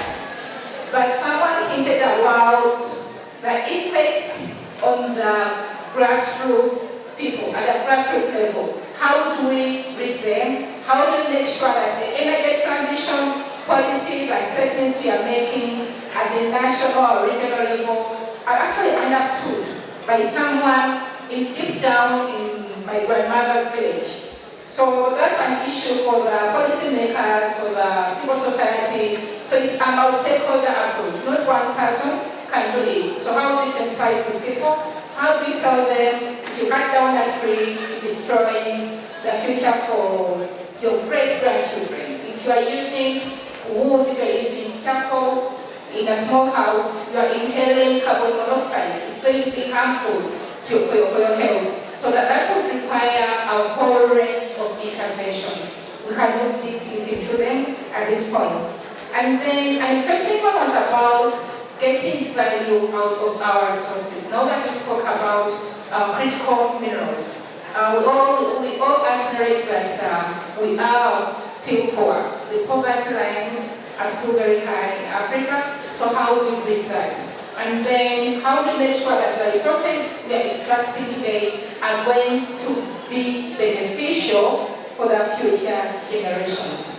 When we talk about extractives especially, these are finite resources. Once you take copper out of the ground, you can't put it back. So how do we make sure that the third generations are going to benefit from whatever we are doing today? And that's where issues of sustainability are going to come in. Taking care of the future generation, issues of infra and intergenerational equity. Just a few pathways. Number one, the African mining vision today is talking about value addition. Before before we take out minerals out of the continent, can we add value to them? Can we get more revenue out of our resources? We are now championing global content requirements. Can we have more involvement of all our people throughout the value chain of these, the energy and the mineral resources? So local content, and then we have forward and backward linkages, which we hinted on, though briefly. So are all the other sectors of the economy benefiting? Agriculture, education, health, infrastructure, tourism. How do we make sure that all the other sectors of the economy do benefit from the resources we have today? But then, most importantly, is the issue of revenue management. How do we manage the resources that accrue from these resources? Governance is key in that. Thank you very much for those very fascinating questions. And again, as I said in the beginning, it's nice to see that even in the forum, as such where we have legal minds, we all come to our ESG. I'm very proud to be part of this forum because we get to have conversations that matter. Straight to the question on exploitation, especially of minerals and other resources that are quite in abundance in Africa. To circle back to what I said about the beauty of starting from scratch, where the world has gone 7 steps, we have a chance to rewrite our story and make regulations and recommendations and guidelines and regulatory frameworks that suit our needs. Specifically, to talk about project design and contract design. As Godfather of arbitration has talked about the contract management through dispute resolution, but he has also been emphatic about, and I think that was the moderator, about avoidance.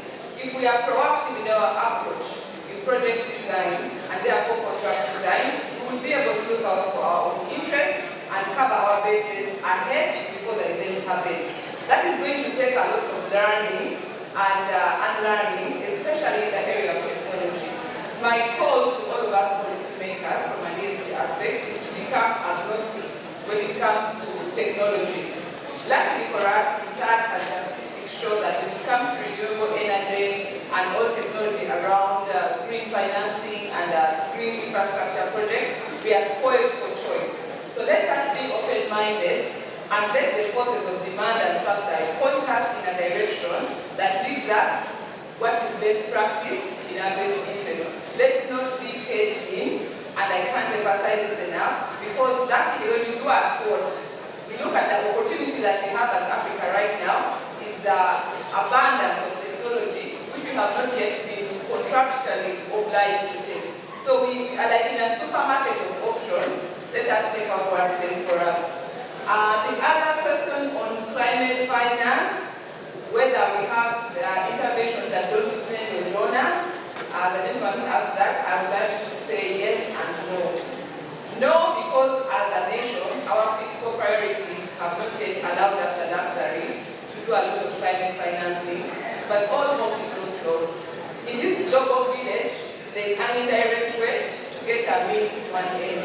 So as Dennis mentioned earlier, many of the projects we have, especially infrastructure projects, luckily are done under PPP dispensation, where Uganda can use that route to get climate financing in as a matter of priority. It may not be physically possible in terms of our tax and revenue as a recovering economy with the effects of COVID and all those issues, but we can be intentional about green economic recovery. That means that as we seek funding, we try to align those funders that have our clients' interests at hand. The other question was about Nile breweries. Is that the same one? I think those are the three. I don't know water.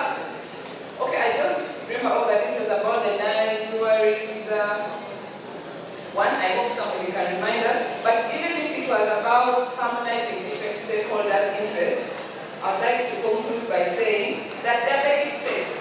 It's one thing to see where you're going, and another to just want to run. I am a strong believer that we are not where we want to be, but we are definitely in the journey. Very small, meaningful steps are going to lead us where we want to go. I can't re-emphasize the importance of regulatory frameworks. So far, it is our only insurance and sure pathway to getting where we want to go without necessarily putting a lot of money in a blank gambling space. We have lessons, we have predecessors, we have willing capacity to be built in this nation and in this continent. Let's be very intentional and move this great thing forward. So thank you very much. I hope I have answered that. Let me answer the last question on tax. Energy sector, it's an aspiration of government to maximize revenues. And one of the means by which to maximize revenues is through tax imposition. Now, what makes the energy sector, especially the extractives, even more complex is that commodity prices keep fluctuating. Today, a barrel is at $90, the other day it's at $120, the other day it's at $60. And some governments are fiscally disciplined. When the times are good and they have bumper harvest, they are going to spend wastefully. That even when times are bad, instead of adjusting their expenditure, which is probably the logical thing to do, what they will do is that they will either maintain the tax levels or even impose new taxes so that they are able to maintain the same levels of their fiscal expenditure. So negotiating tax provisions is always a complex affair. And that is why there's what we call stabilization process, which ensures that even if the law changes, if by the time of investing in Uganda there was a double tax treaty between Uganda and Netherlands, from which I benefited, that if you suspend it, I am incurring a little bit more tax. It would mean that we have to renegotiate the project agreement to restore the fiscal parity as it was before. There's also another important issue in our tax design of extractive projects is around the issue of what we call expenditure or exemptions. The civil society is quite vocal that the VAT exemptions, the VAT department is actually causing a lot of loss to the government. It could be right, but the way I look at it for me is if you're examining whether a tax change is necessary or not, tax ordinarily should be geared at taxing profits, that's income tax. Tax should not tax investments.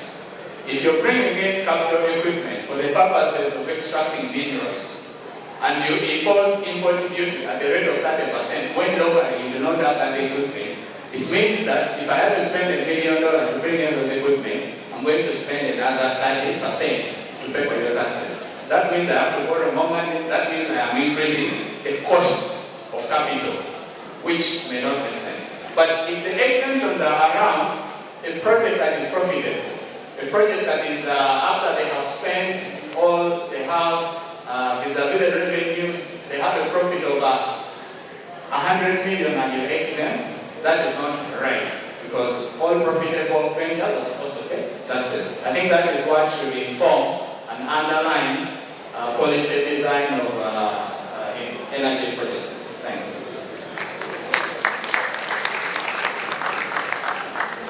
So one last question online from Robert Kavuma. It's about the role of nuclear energy. What do you see as its future, maybe in Uganda or Africa? I now have to switch my mind to nuclear energy. But thank you for that question. Nuclear energy still has a role to play today. The same way we are saying oil and gas has a role to play even within the transition. As Africa and our energy poverty, we need all avenues where we can get energy for our populations. And just like the oil and gas sector, the nuclear energy comes with its own challenges. So issues of environmental challenges, how do we deal with spent nuclear rods? How do we buffer against accidents, which could be at a very big magnitude. If you remember the Fukushima Daiichi nuclear power disaster, what happened there? We wouldn't want to see something similar happening in Uganda or in any other African country. I know Uganda has positioned nuclear as part of its energy in the energy mix. We should have nuclear there. So what is important is to put in place safeguards, both social and environmental, if we're going to benefit and to see minimum impact, environmental impact from nuclear. Thank you. Thank you so much. I think that comes or wraps it up for the questions. I thank you for your patience once again. I thank our panelists for making it here. Welcome, Yamana, Kampala. Like I pointed out, this is our future. We hope that they take ADR seriously and they become experts in the various forms of ADR, arbitration being the main means, and then we see how to transform Africa.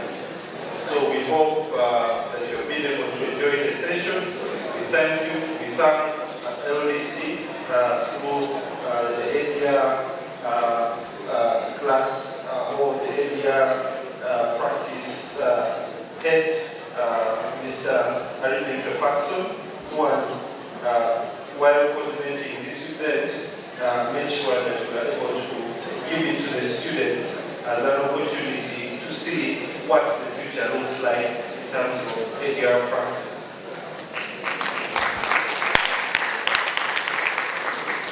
So with that, I think the session is closed. Before the panelists take leave of the podium, request to have the photo for purposes of posterity. Thank you. You can now take leave. Thank you.